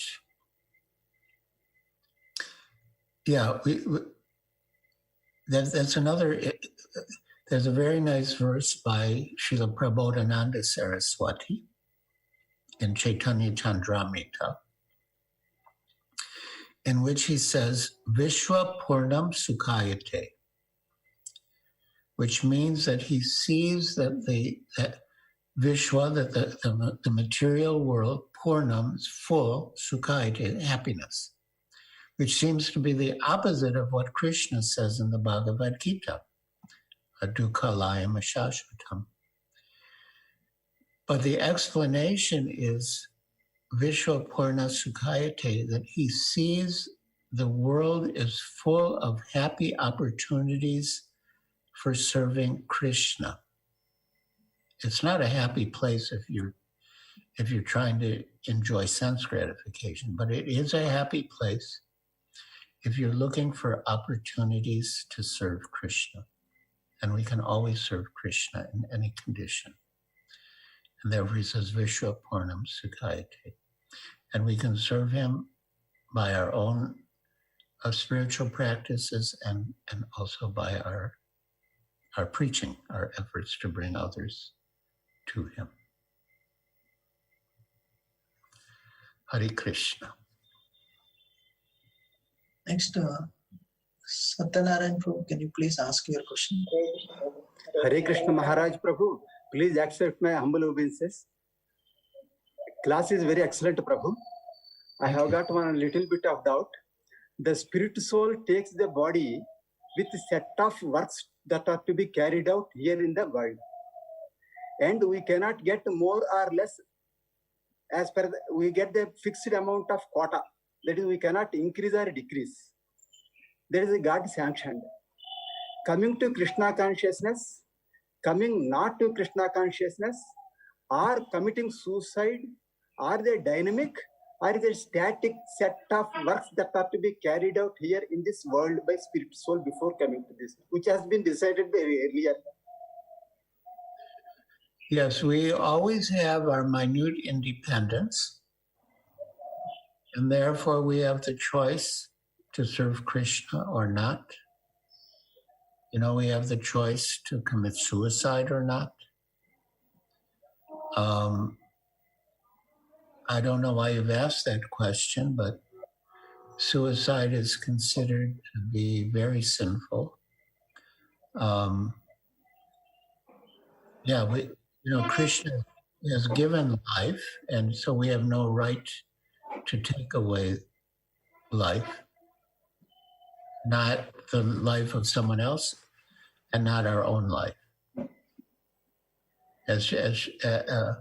At one stage, Srila Sanatana Goswami was contemplating suicide.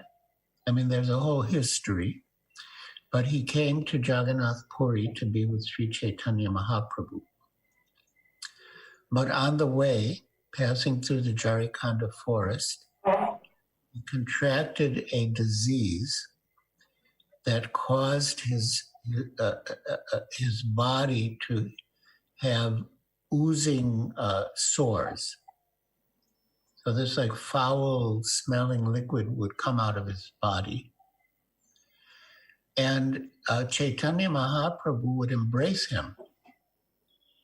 And Srila Sanatana Goswami felt terrible that, this foul smelling liquid is oozing out of his body onto the body of the Lord. And he was in so much distress that he decided that he'll commit suicide. He'll maybe throw himself under the chariot of Jagannath during the Rath Yatra. And Chaitanya Mahaprabhu, as the omniscient Lord, knew what was in Sanatana Goswami's mind. And on his own, he said, if I could attain Krishna by giving up this body, I would give up hundreds and millions of bodies. But one cannot attain Krishna by that means. No one can attain Krishna only by devotional service. And then he said that, you've already surrendered your body to me. So how can you destroy another person's property? Kindly consider. So, yeah. So, yeah, of course. So, yeah, suicide is sinful, but it's not predestined. Nothing is predestined. I mean, we may make a decision that influences us, a certain direction that we take. But even then, we still have our minute independence. For example, suppose you get on an airplane that flies from Hyderabad to New Delhi. So once you're on the airplane, you have to go to New Delhi. But that's your choice. You got on the airplane, that was your choice. But now that you're on the airplane, you have to go to New Delhi. But what you do on the airplane, you still have free will. You can read the newspaper, you can chant Hare Krishna, you can read the Bhagavad Gita, you can go to sleep. So we always have our free will. And even if a certain action that we take is going to bring us to a certain result, we still have our free will in terms of how we will respond to that result. So, yeah, nothing is really predestined in that sense. But, Narada Muni says, and Prahlad also says, that nobody makes an effort to get distress, but distress comes of its own accord. So just as distress will come of its own accord, happiness will also come of its own accord. So we shouldn't spend our time and energy trying to increase our happiness or decrease our distress, because they will come as destined. But rather we should use our energy to progress in Krishna consciousness.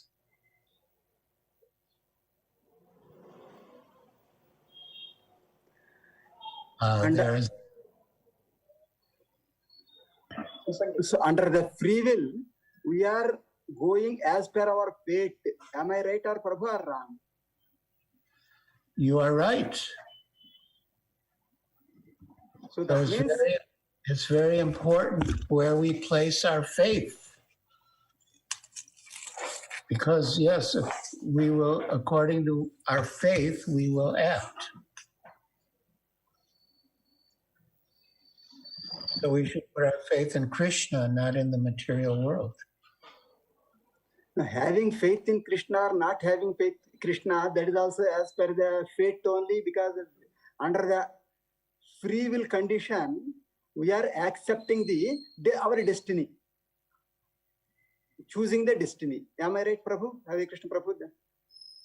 Yeah, but Sangat Sanjayate Kama. Our desires develop by association. So if you want to develop faith in Krishna, then you should associate with people who have faith in Krishna.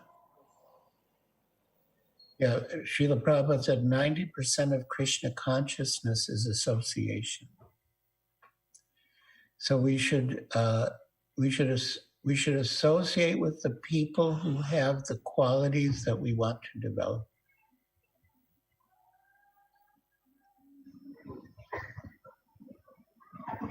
Hare Krishna. Hare Krishna Maharaj, please accept my humble obeisances. Thank you so much for your association, Maharaj. So it's a long time, we heard you, your name in Srila Prabhupada Leela Amrita, but we had never heard from you. So thank you so much for giving an association. So I have one little question, Maharaj. That is very, very important that we need to read Srila Prabhupada books. Yes. And Prabhupada has taken so much of painstakingly. In the middle of night, he used to wake up and write books.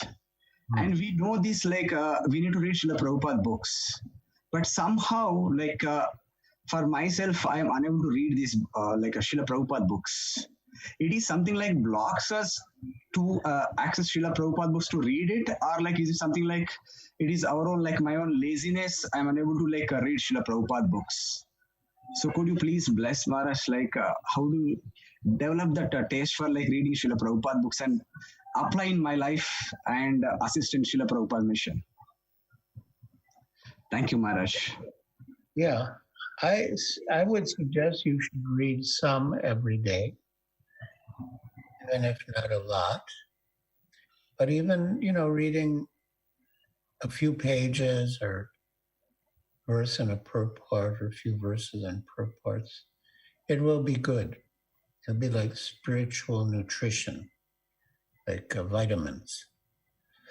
Do you read other books by devotees? No, Maharaj. Do you read? Do you read newspapers or magazines, or you're not much of a reader? Yes, Maharaj. You're not much of a reader? Yes, Maharaj. Okay. What about listening? Yeah, yes, Maharaj. I do listening. Yeah. So you can listen to Prabhupada's lectures, and there are also readings of Prabhupada's books. You can listen, audiobooks, you can listen to Prabhupada's books being read. So that's good. It's nice to hold a book and read. So I do suggest you do a little every day of reading, but otherwise you can do hearing. It comes to the same thing. Yeah. Thank you, Maharaj. Hare Krishna. Maharaj, would you like to continue? There are 3 more questions left, or is it getting late for you? We can do them. Okay, Maharaj. Next, Manohar Goindru can ask. Hare Krishna Maharaj. Dandavat Pranam. Thank you very much for your holy association. I have a small question. How to overcome our conditionings which come in between our service? One side we hear, and because of association and then hearing, we get desire to develop, render service. And when we take up service and then when we are doing, our conditionings will pull us back. And then later on we feel that, and if I could have done better service, if conditioning is not pulling me down. Partly I got answer. You said one of the question you said practice and association. Can you little bit more elaborate on it, please? Well, in what way does your conditioning pull you down? Like laziness or inability to balance work life and the spiritual life, and most importantly, that postponing mentality. And so there are, like, if you keep counting, even what we say, lust, anger, greed, envy, pride. So most importantly, this lust which manifests in various ways. Well, you have to appreciate the importance of Krishna consciousness. I mentioned when Srila Prabhupada was in Gorakhpur, he would give talks, but devotees would fall asleep during his talks. And so, one morning he raised the issue about the devotees falling asleep during his lectures. And so different devotees were giving different suggestions, to take rest earlier, not to eat at night. But eventually Srila Prabhupada said that you have to value Krishna consciousness more than anything else. You have to value Krishna consciousness more than sleep. So, okay, you have your conditioning, you have you want to sleep, you want to procrastinate, put things off, whatever, But, you have to consider Krishna consciousness more important and not sacrifice Krishna consciousness for the sake of those things, but sacrifice those things for the sake of Krishna consciousness. And to value Krishna consciousness, chant, read, associate with advanced devotees is very important. And just consider it's more important and that it shouldn't be sacrificed for your conditioning. But your conditioning should be sacrificed for Krishna consciousness.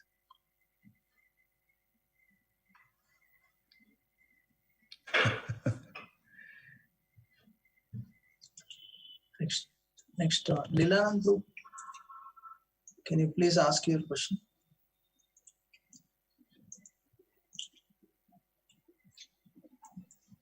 Hare Krishna. He is not there. Okay, next, Parth Prabhu, can you ask? Okay, Hare Krishna. Hare Krishna. Hare Krishna, please. Hare Krishna, please accept my humble obeisances, Maharaj. I am so happy to hear your class today. Maharaj, I have a practical question. Maharaj, what attracted, I'm talking about myself, what attracted me to Krishna consciousness was the devotees, the satsanga, the kirtans, the prasadam, the festivals. Maharaj, in the last 6 months, all of them are missing. And the enthusiasm is really, no one's calling home for prasadam. so I don't know what's, how to maintain, and this phase doesn't seem like it's going to end.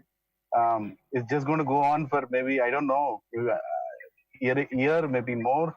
And so how do I compensate what I'm missing and maintain the same enthusiasm in today's day and time, Maharaj? Please, if you can give some tips, that'll be really helpful. Well, there are a lot of, as you know, you're on one of them now. There's a lot of programs on Zoom now. So that's one answer. And you can't go outside, but you can go inside. So you can go deeper in your internal spiritual life. Take it as an opportunity. Okay, you can't join kirtan so much, but then work more on your japa. Or you can do kirtan, with your family or who's ever with you. There's always opportunity to engage in Krishna consciousness and make spiritual advancement. Srila Prabhupada had a very nice disciple named Kaushalya, and she was in a little mishap on a rickshaw in India, and she broke her arm, and her arm was in a cast, and so she couldn't do much active service. And she felt very frustrated. She went to Srila Prabhupada and said, I can't do service like I used to. I feel very frustrated. And Srila Prabhupada said, but you can chant. Chanting is the most important service. So whatever service our situation allows, we should do that service. We should take it as an opportunity to develop in areas that we might not have paid so much attention to earlier. So yeah, you can chant, you can read, do kirtan at home.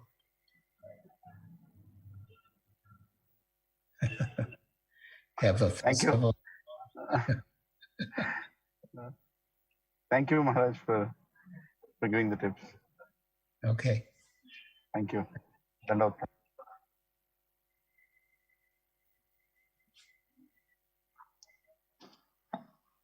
Hare Krishna, Maharaj.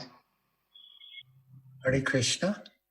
Please accept my humble obeisances, Maharaj. Thank you so much for giving your association. So, I wanted to ask that many times we take some decision that I will read this much amount of Prabhupada books every day from now onwards, like that. But we are not able to stick to the commitment. And we saw in your question answer also how deeply you have read and remember the purpose of Srila Prabhupada. So I wanted to ask, and I generally tend to like books which are stories like Prabhupada Lilamrit or other disciples who have written about Prabhupada. But I find it difficult to maintain a continuity in reading Prabhupada books every day with the same quality and quantity. So many days I miss, and then again I start like that. So, and one more thing, Maharaj, like when we do some group book reading, then we are able to maintain the continuity when 4 or 5 devotees read together. But is it that then sometimes attentiveness is less? So should we read it personally also, or group also we can read to maintain the continuity? Yeah, group reading is good. That's nice. And reading about Srila Prabhupada is also good. You know, Srila Prabhupada, the Amrita, and books about Srila Prabhupada. One of Prabhupada's very senior disciples, Mukunda Maharaj, he was saying how important the books about Srila Prabhupada are. And he gave the example of Sri Chaitanya Charitamrita, which is about Sri Chaitanya Mahaprabhu. That it's practically more important than the other books.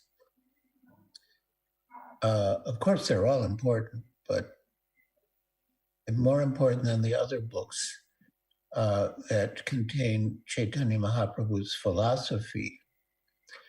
So, yeah, and I've heard many devotees say that they understand Srila Prabhupada's, or well, more like congregation devotees in Bombay. They would come to me and say that that by reading Srila Prabhupada Lilamrita, they're able to appreciate Prabhupada's books more. So all those things are good.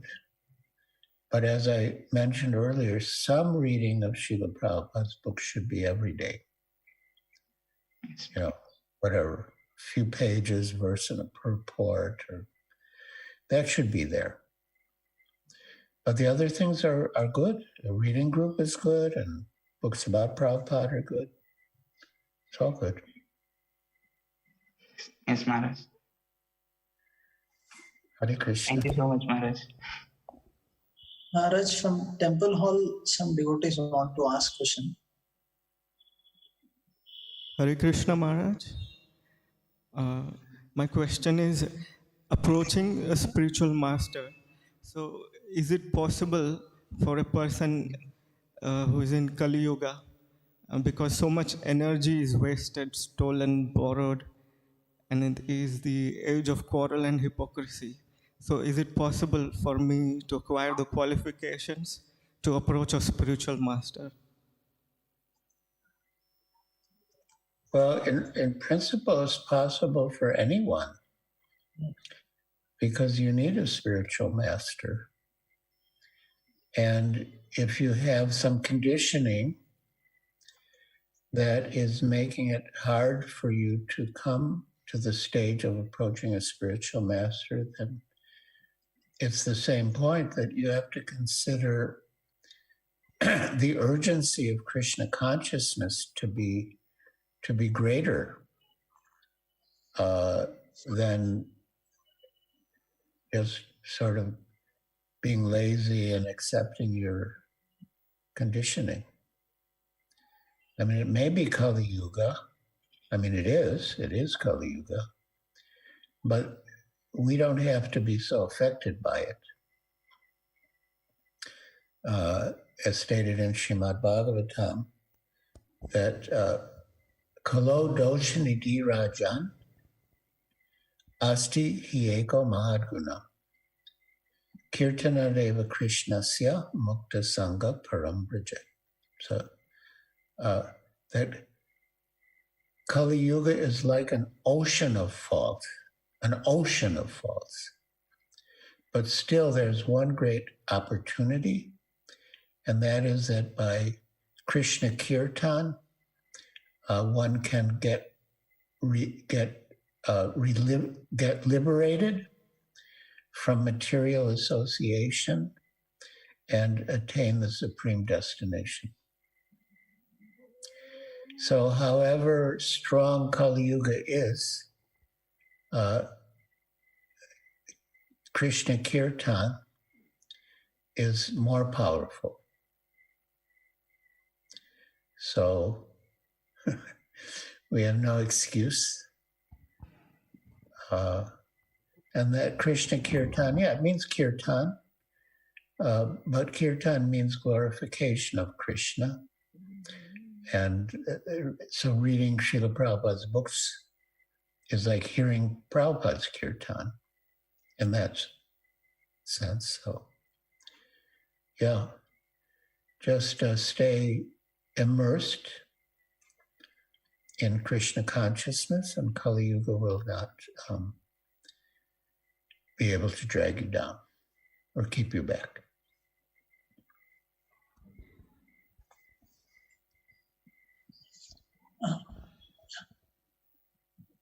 Ask. Hare Krishna Maharaj, thank you very much for your association. So we heard of one episode, Srila Prabhupada calls you in the midnight and asks about how the ISKCON will grow. And Prabhupada replies, by organization, by intelligence. So can you please explain about that, what Prabhupada was meant and how we can apply for our life? Thank you. Yeah, it's true. It was just a few days before Srila Prabhupada left, and he was confined to his bed in his room in Vrindavan. And I was taking rest on the rooftop of the Gurukul building. And in the middle of the night, someone woke me up and said, Prabhupada is calling for you.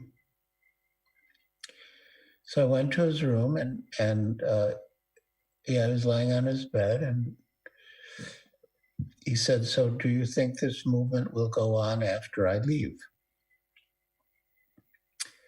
And I said, yes, if the devotees are sincere and they chant their rounds and follow the regulative principles, it will go on.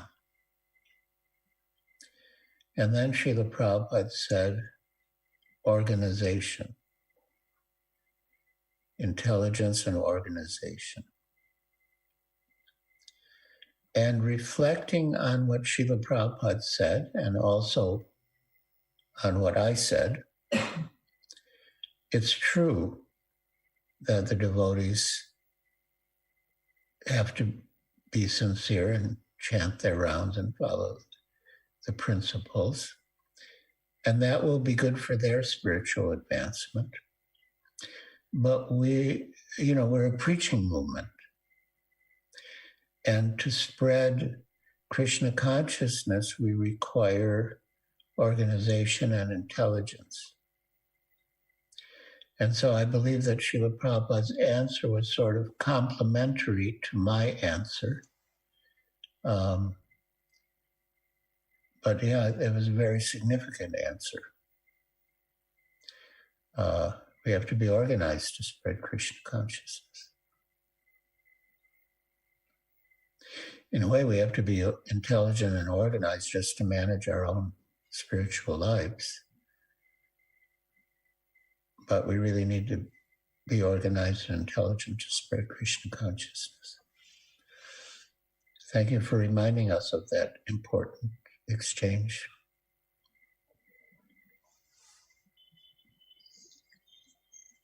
Maharaj, there are two more questions, two more devotees who raised hand.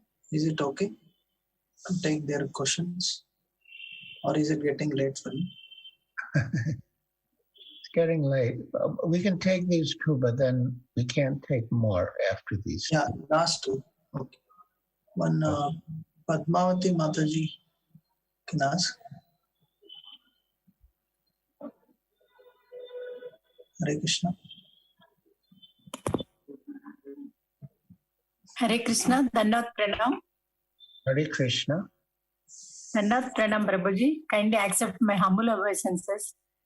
Maharaj, what is the transcendental form of Krishna, and whether it is necessary to meditate on that transcendental form while chanting?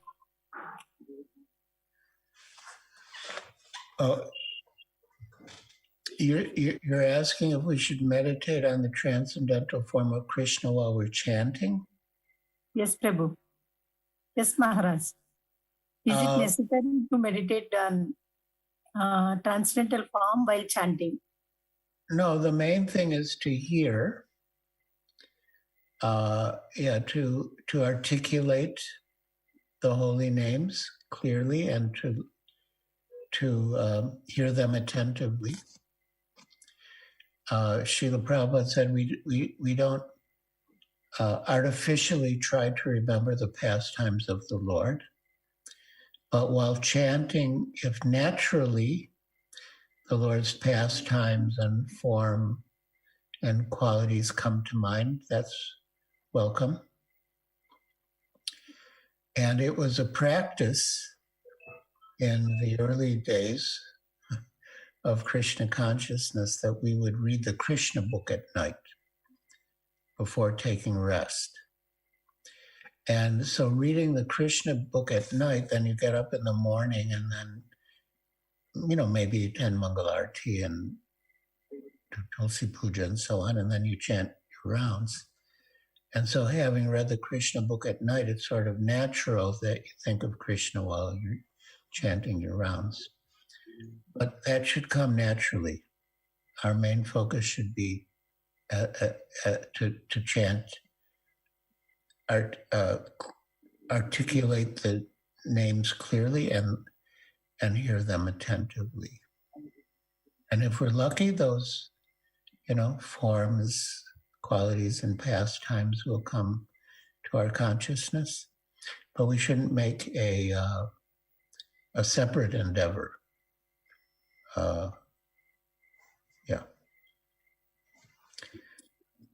Hare Krishna. Next, Ambika Mataji. Please unmute. Hare Krishna Maharaj. Hare Krishna. Please accept my humble obeisances, Maharaj. Maharaj, I have a doubt. But early in the morning, after performing Mangalarti, it is said that it's very auspicious time for chanting. Yeah. But while chanting, I feel a very sleepy mood. I will be not able to chant very consciously at that time. How can I develop that consciousness now? While being at the temple, when I attend Mangalarti and between the devotees when I chant, that will be a very auspicious and I don't feel at that time. But when I sit at the home and early in the morning when I start chanting, I feel very sleepy and I will be not able to chant very consciously. How can I develop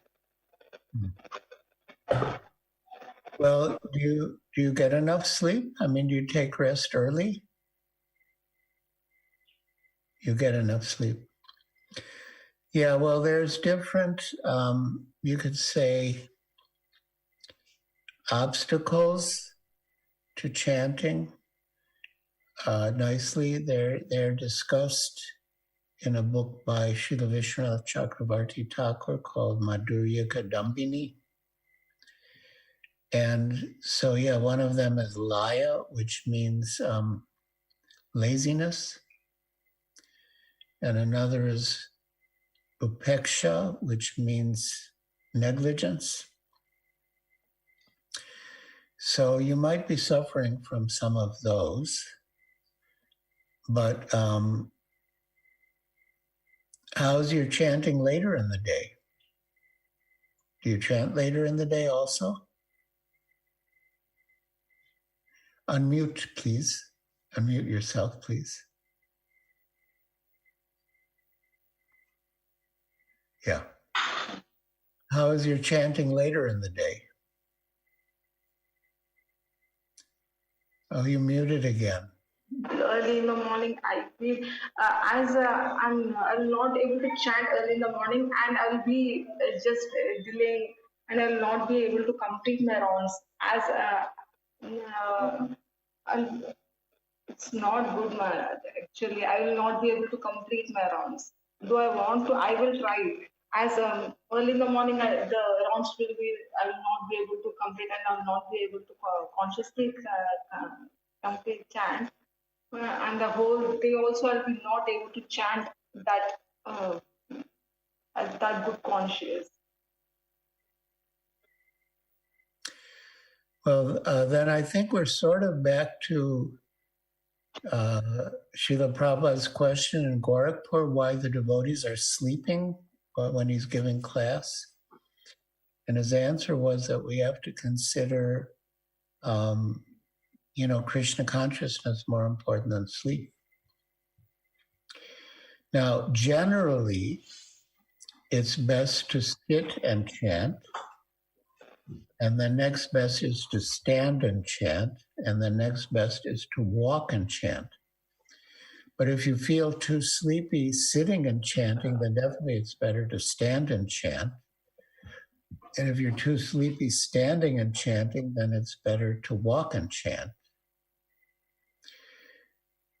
But I think you should stick to that effort to chant during the Brahma Muhurta, early in the morning. It's a good time, and you could develop the habit of chanting attentively then. Yeah, that's good. You're so sincere. You're making that effort, and you're honored to confess your challenge. As you said, Maharaj, maybe I'm suffering from laziness, or I have a habit of delaying. Yes, I'll do till afternoon. Yes, I'll do evening. I'll complete my rounds. That the habit is there, Maharaj. So I want to come up from that consciousness, delaying habit, delaying that. Okay, if I've not done now, I have not able to complete now. Okay, at the noon time. Okay, at the night time. Means this delaying process, this delaying habit I have. Yeah. Well, Srila Prabhupada gave a hint how he forced himself as a grihasta to chant 16 rounds. He said that he would, of course, you can adjust this to your situation, but it's just the principle. He said that he would not take breakfast until he chanted 4 rounds. Then he would not take lunch until he chanted another 4 rounds. Then he would not take dinner until he chanted another 4 rounds. And then he would not take rest until he chanted his final 4 rounds. So that much discipline should be there. That, until you complete so many rounds, you won't do something you want to do, like eat or go to sleep. And then you'll finish your 16. Okay. Yeah, please do that. Thank you so much, Maharaj. Okay. Hare Krishna. Hare Krishna Maharaj. We have His Grace Anandamayi Prabhu, Srila Prabhupada disciple who is serving at ISKCON Hyderabad from last 45 years. So, I know. He wants to talk to you once. Where is he? Can you just unmute my bro?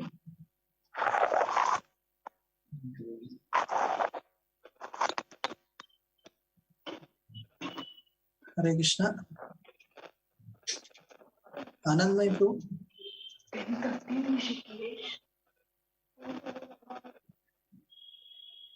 Yes, Prabhuji, he has just gone there. Just a minute. Okay. So, would like to thank you, Maharaj, for giving your valuable association from the last almost 3 hours. We'll be very fortunate to have you physically also in the future at ISKCON Hyderabad. So, if you can just wait for 2 minutes, the devotees will just make you meet with His Grace Anand Maipro. Okay. And thank you, Maharaj, for giving us your valuable association, sharing the importance of studying Srila Prabhupada books and following his instructions. And thank you for giving your valuable time. It's already quite late for you there. Just 1 minute. Anand Maipro is there. Hare Krishna.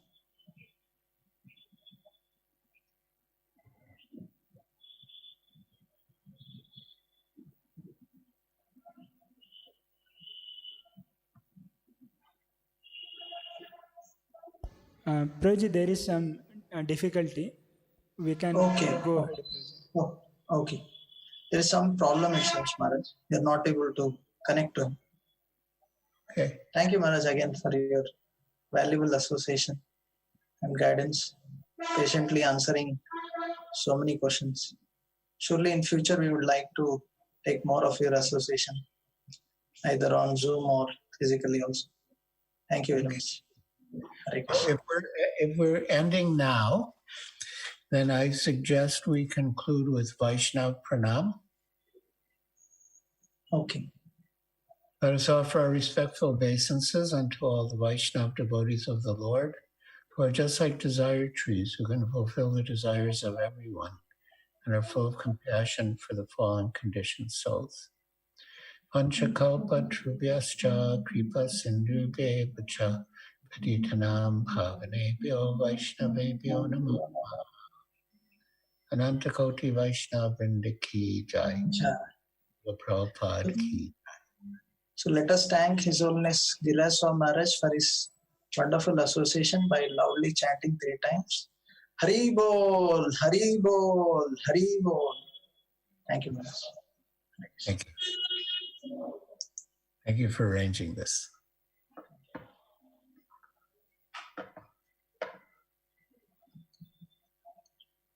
So shall I take your leave? Please keep praying for us. I will. And you pray for me too.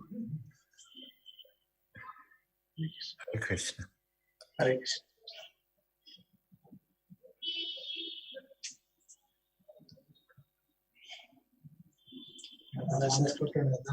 Huh?